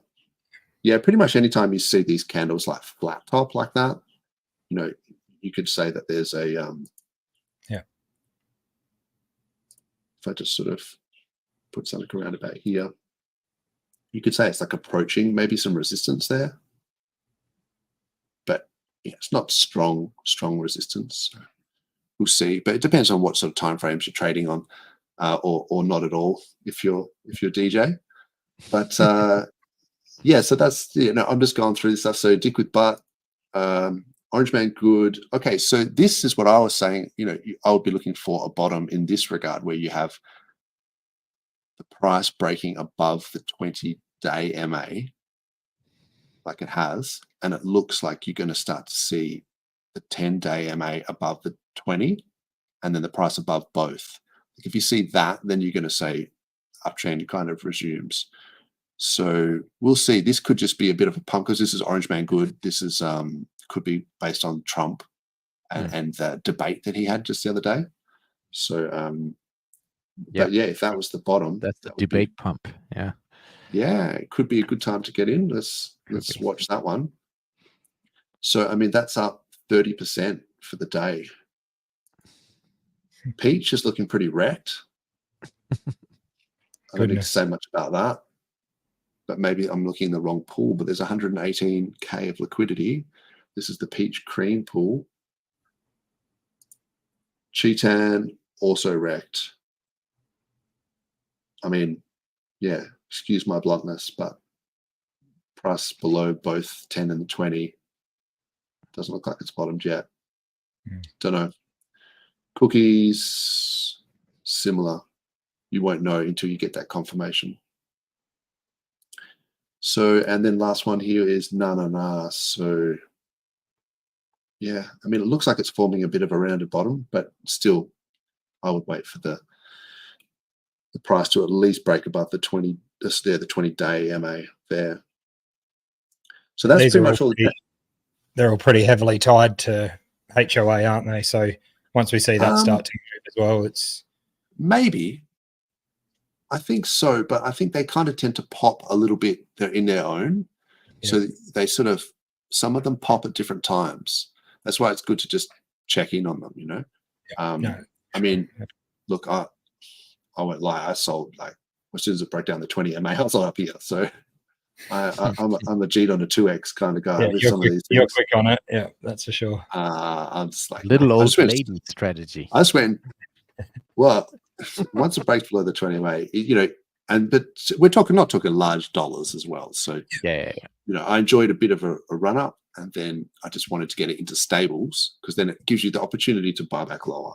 That's just how I'm interested to see what's happening with all these once PulseChain has like a serious move up. If that theory really holds, with the rising tide lifts all the ships. Good point. So, that would be really interesting to see, because if they're, depends on how they're pulled, right? So the largest liquidity in this na pool is with Cream. Yeah. So unless Cream is pulled with but PLS, then Cream might be pulled with Pulse at some stage, or HOA or something. Like it can go through 10 connections. Right. But I think you're right. So yeah, look, it's interesting. This is one community. There's others. You know, there's the SolidX guys. What's that doing? Oh, this is pretty wrecked actually. This has been going down for quite some time. And I don't know what the strategy is there, because the guy was all bullish and I will pump this and you want to buy with me, and then the DJ, this is why I'm like this, like DJ, this is what I'm saying is the charts don't lie. Like you don't have to listen to narratives or emotions of why, and people go, well, this guy's going to buy because he's a big whale or whatever. It's like, yeah, okay, I've heard that before. That's awesome. But then once you see, you know, some of these drops, like you can pretty much just, even on the daily here, once these moving averages inverted, I mean, it's inverted there, but again here, you know, you would limit your exposure. And then this was support here. This broke down from that support. Oh, yeah. And it's halved since then. So if you got out around here, you could get double your coins if you bought back now. Right? So I don't know. I don't like to believe people's emotional sort of reasoning, if you will. That's like, I'd rather just see what the chart is telling me, because it's just a moving average. It's just the maths, right? Yeah, it's another one of those things where now it's gone down low. They're talking about putting a crash game that is tied to like SolidX. So they're trying to build, a bit of a fun sort of thing behind it. Yeah, that would be cool. And yeah, so we'll see what happens there. But the other, the thing I think with this stuff is, what's the point in pumping it right now? Like the dude clearly has the dollars to pump it. Like he owns a casino and stuff like that. But why right now? Because it's not going to go far. We've seen it with everything. But yeah. Well, depends. Yeah. I mean, people can't help but FOMO in when they start seeing green candles. So you just have to sustain it, right? And that's the argument against the SAC wallets buying up. So if the SAC wallet's buying up the chart and then people are selling it down, they'll sell it down if they think that it's just a one-off or this and that. But if you start building momentum and you turn that chart around and you start buying it up, all of a sudden it's that sentiment thing that I was talking about, that feedback loop where if people don't think the price is going, like the people think the price is going down, they think they can sell it and buy back more tokens at a cheap price. They think it's going up. They know they're going to get left behind. Yeah. It's just that sentiment. Once you see it starting to go up, you think, oh crap, now I've got to get back in. And there are still, when we're talking PulseChain, PulseX, there are still, I don't know this, but I think that there are a lot of hexagon wallets who sold the top still sitting in stables, waiting for that ultimate market confirmation to then join in that whole parade. Because we've seen it with Hex. Once it goes, it just goes. We're waiting for that go. Let's go. When is go time? Look, there is a momentum aspect to it as well. I think you need to have that momentum where you can sustain the buying pressure. So like you were saying, True Blue, about like, why would SolidX pump it now if it's just going to get sold down? Yeah, that's true, unless he just literally sustained that buying pressure daily, like just buying. Like then all of a sudden people get that idea that, oh, hang on, this is going up now. It's just that flick of the switch is in your brain, and humans can't help it. Like you can't really blame people for doing that. If they think it's going down lower, then they're not going to buy it. Like that's just sentiment. So yeah, that's right. I think once we see Ethereum and Bitcoin actually steadily, comfortably above their all-time highs, I think we'll see all sorts of, inflow and people starting to pump then. I just think that the main, the big portion of the market doesn't have the momentum, like you're saying. Yeah. There's wrecked. Yeah. In the interim, excuse my bluntness as well when I say some of this. I don't mean like forever, and I don't mean like, don't get angry at me, people, teddy bear holders or whatever. Like I don't care. So and if it could be a really good asset in the future, right? I have no idea, but I'm just saying, like right now, it's in a downtrend and it's not looking great. So hopefully they can turn that around. But like, see, that's the thing. You listen to Moon King and he'll tell you it's the greatest thing since sliced bread. Yeah. So you got to look at what is the chart telling you rather than what is just what people are saying. BBC. Like, I'm trying to be fair as well to these different communities as well. If Tangang chart is wrecked, I say it's wrecked. If the teddy bear chart's wrecked, it's wrecked. And this, like, I would, if 9-inch was wrecked, I would literally say it. And I think I may have, but at this point, BBC was actually looking pretty good, and then it looked like it didn't. Oh, that's right. So we draw some resistance here, and it couldn't respect it. It couldn't bounce off it, and then it had a double sort of rejection of that resistance there. So so maybe, and I'm sure if I put the moving averages on there, then you could probably see that that's also in a bit of a downtrend. So yeah, it's pretty across the board, unfortunately. A lot of prices are wrecked. Oh, that was a meme coin on base. That's John in the That chat has Hedron. okay. Ah, there you go. That's the spirit. So, so Hedron. There might not even be a chart for that. It's a hard one to. Yeah. Oh my god, it's got so little liquidity. Is that seriously? No, that can't be right. There's not. Yeah. There's not. Well, maybe all the liquidity is on Pulse. Oh no, this looks like. Oh man. A lot of it has come over.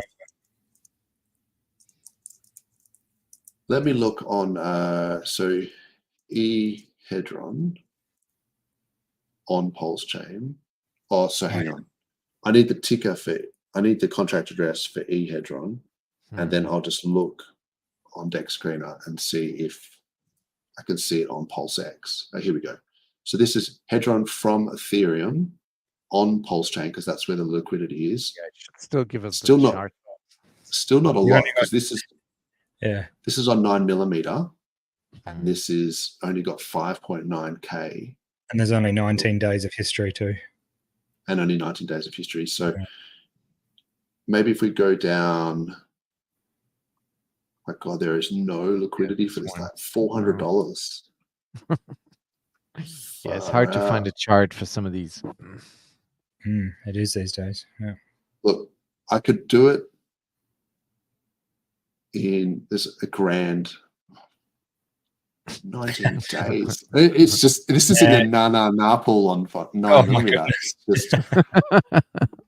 This is real degen. Nah, look, that's a hard one. Yeah, I can't find a good chart for that. If you know where that has the most liquidity, but just looking at this, we're talking $5,000. Oh, it's on Fux, is it? Yeah, that's what Red Squirrel said. Yeah. Oh, okay. What's that terminal? Is it Gecko? What's that terminal that I think I had to use? A Gecko terminal. Here we go. Let me see if I can find it. I mean, I don't want to waste people's time. Yeah, Red Squirrel's got you back. So I've got Gecko terminal here. I've got the contract. And this looks like it's the Fux pools. John Bettis will be watching.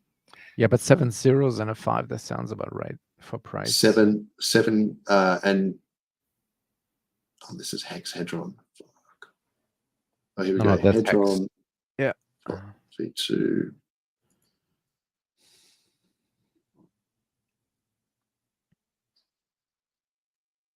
I don't want to waste people's time. Yeah, skip. $2,000 in liquidity. Oh, here we go. Hedron iBurn. It's on Fux, and there's $2,000 in liquidity. That's only a month old anyway. This chart. Why do people do this? They're like, watch me give Dozer a random ticker. That's the shittest chart. Someone was asking me this. Challenge. I reckon the answer is wrecked. Anyway. Yeah. That's it. And I coasted liquidity on Fux. Yeah, look, the Fux guys need to get their stuff together and hit up Dex Screener and say you need to start plotting this stuff because that would be nice. Dex Screener doesn't plot the Fux pools, and it's real pain in everyone's ass. So if you guys in the Fux community like want more people talking about your charts, then you got to hit up Dex Screener. Next, so Frank, what's up? How you guys doing? That's about it. I don't think there's any other tickers here. All right, we did it. Sweet as. Anyway, that's just a little bit of a quick look across the board as to what's happening in the PulseChain sort of ecosystem. 107 viewers, so I'm glad to see that some people are still interested in what we have to say. And I think, just a little bit more time and we'll see. Ethereum ETF on the way. We've got a few positives coming. Yeah. And all of the things we talked about today, there's a lot of stuff, in terms of Hex and like the value proposition of some of that stuff long term. So Yeah, I think another really bullish thing is, this whole court case SEC thing is, I really think all the cards are falling in our favor and in Richard's favor, especially with I don't know if you saw, but the Supreme Court have ruled that they can't use in-house judges anymore for fraud cases. So, that's like a huge thing. And even this hot dog guy, how you the think grumpy wiener. The grumpy wiener. You go down these rabbit holes. You know how some people have thought and maybe said that, maybe this was all set up so we could have the ultimate bull run, and so Richard can show it, prove it's not a security and stuff. Maybe this was all kind of planned out in a way. What about this grumpy wiener guy? Maybe someone went past and gave him a big tip to tip this thing off, or maybe there's lawyers, this team of lawyers could be working something out where it's like, if they can get this one knocked off, that will give a good sentiment for the next case. And just so there's a lot of precedents. There's a lot of precedents that can be set, and I think Matty Allen, shout out to him for putting in getting that whale to donate and come up with an amicus brief. And there's been a few things there, a few developments, and I think Ben Jabard as well. He was out there trying to assist. I think they want to make sure that we don't get a bad president. I think that is their prerogative of what they are trying to do. This whole thing is very surprising to me because we knew about this case. This was filed 2 years ago already in South Carolina, and I think the lawyer himself at the time was tweeting about it on X, so that's how we knew. But my understanding was that they were never able to actually serve Richard the documents, but that may have been totally wrong, and that if the case is still going on now after 2 years, so they probably were able to serve, and then it's maybe they served by Maddie Twitter or something. Hopefully catch that fly, as we say, before a bad president is being set. So we get that's a great point. I think all good stuff. And like you say, there's been a lot of stuff going on. So Coinbase is suing the SEC. So they're accusing federal regulators of trying to cut out the crypto industry. Gosh, try messing with that one. See what happens there, hey? Coinbase. So you never know. Yeah, Coinbase they've got big lawyers.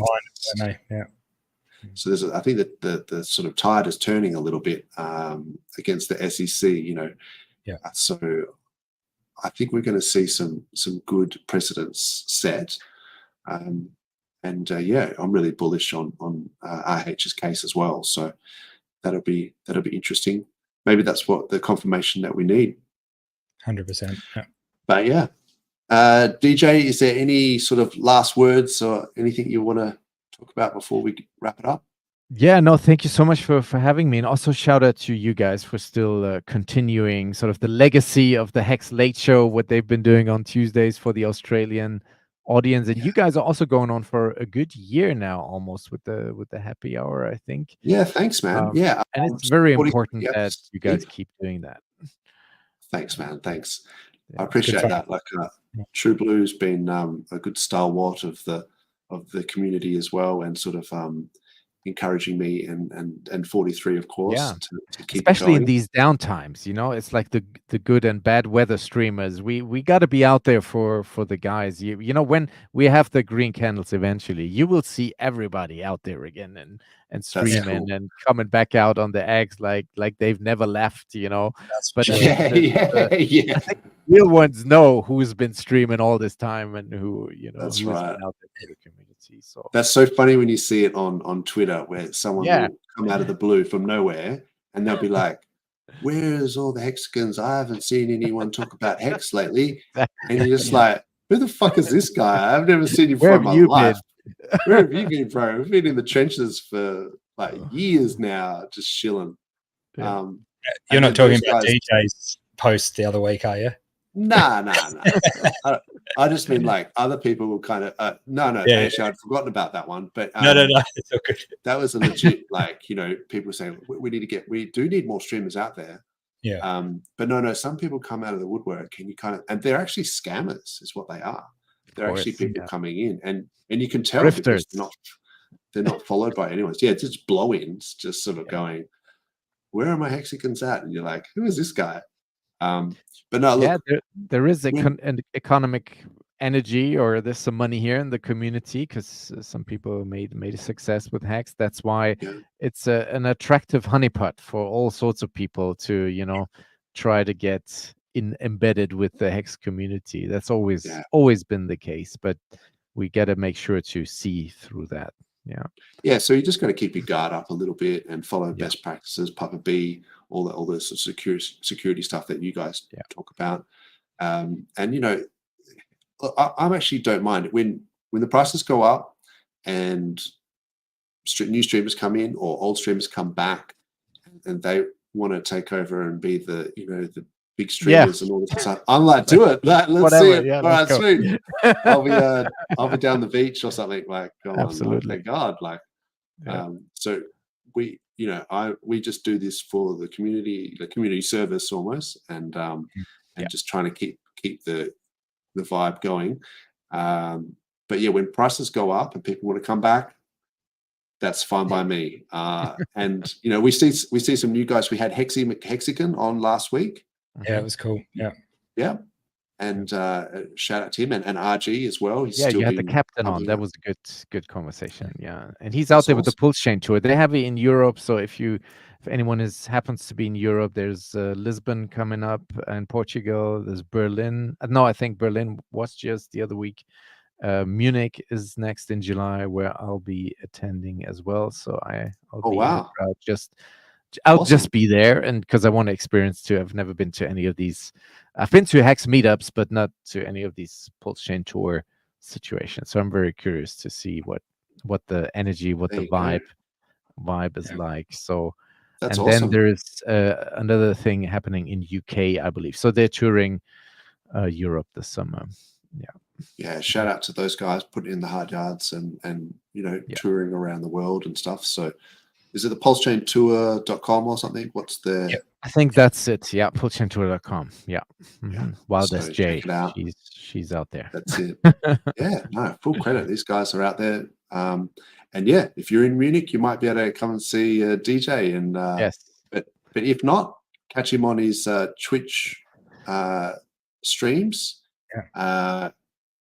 That's just DJ Cryptomatic like on Twitch? Yes, on Twitch it's DJ_Cryptomatic. On Twitter I'm DJ Cryptomatic, one word. And also you can see me on the What the Hex show, if I can shill my shit here real quick, on Thursdays. On Thursdays with Papa B and Peter and Elmire and Markable Thoughts. That's the crew. You guys have been doing that for a long time. We have.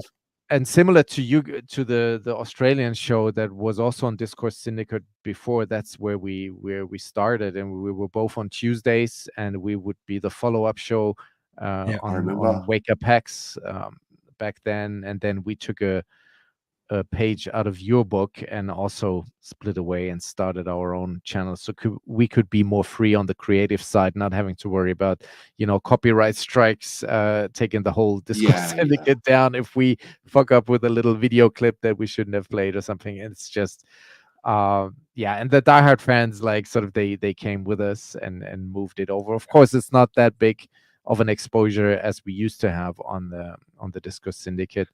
But that was awesome. I remember the heyday of that. And the show, they made the transition with us.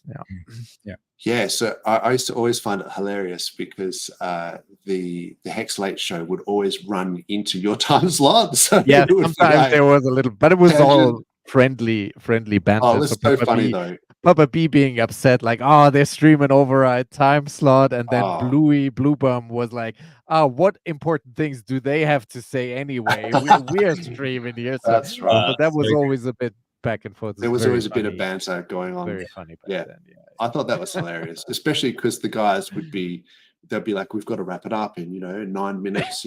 No worries. And then they would just start talking about like AI or like Tangent would go on some massive tangent about something, some rant, and then like 20 minutes later, and I'd be watching it going, oh no, they're way over, and then I'd switch to the Wake Up Hex, and I'd be going, and then sometimes I think you guys would actually be able to kick them and they would still be streaming because they didn't realize. Yeah, even though And it was things on like the that. same channel, yeah, sometimes we kick them out. That's It was true. hilarious. And you'd be trying to We tell were in them the green chat. room with like, shall we go live? They're still going. Shall we just go live? That's hilarious. That was pretty funny.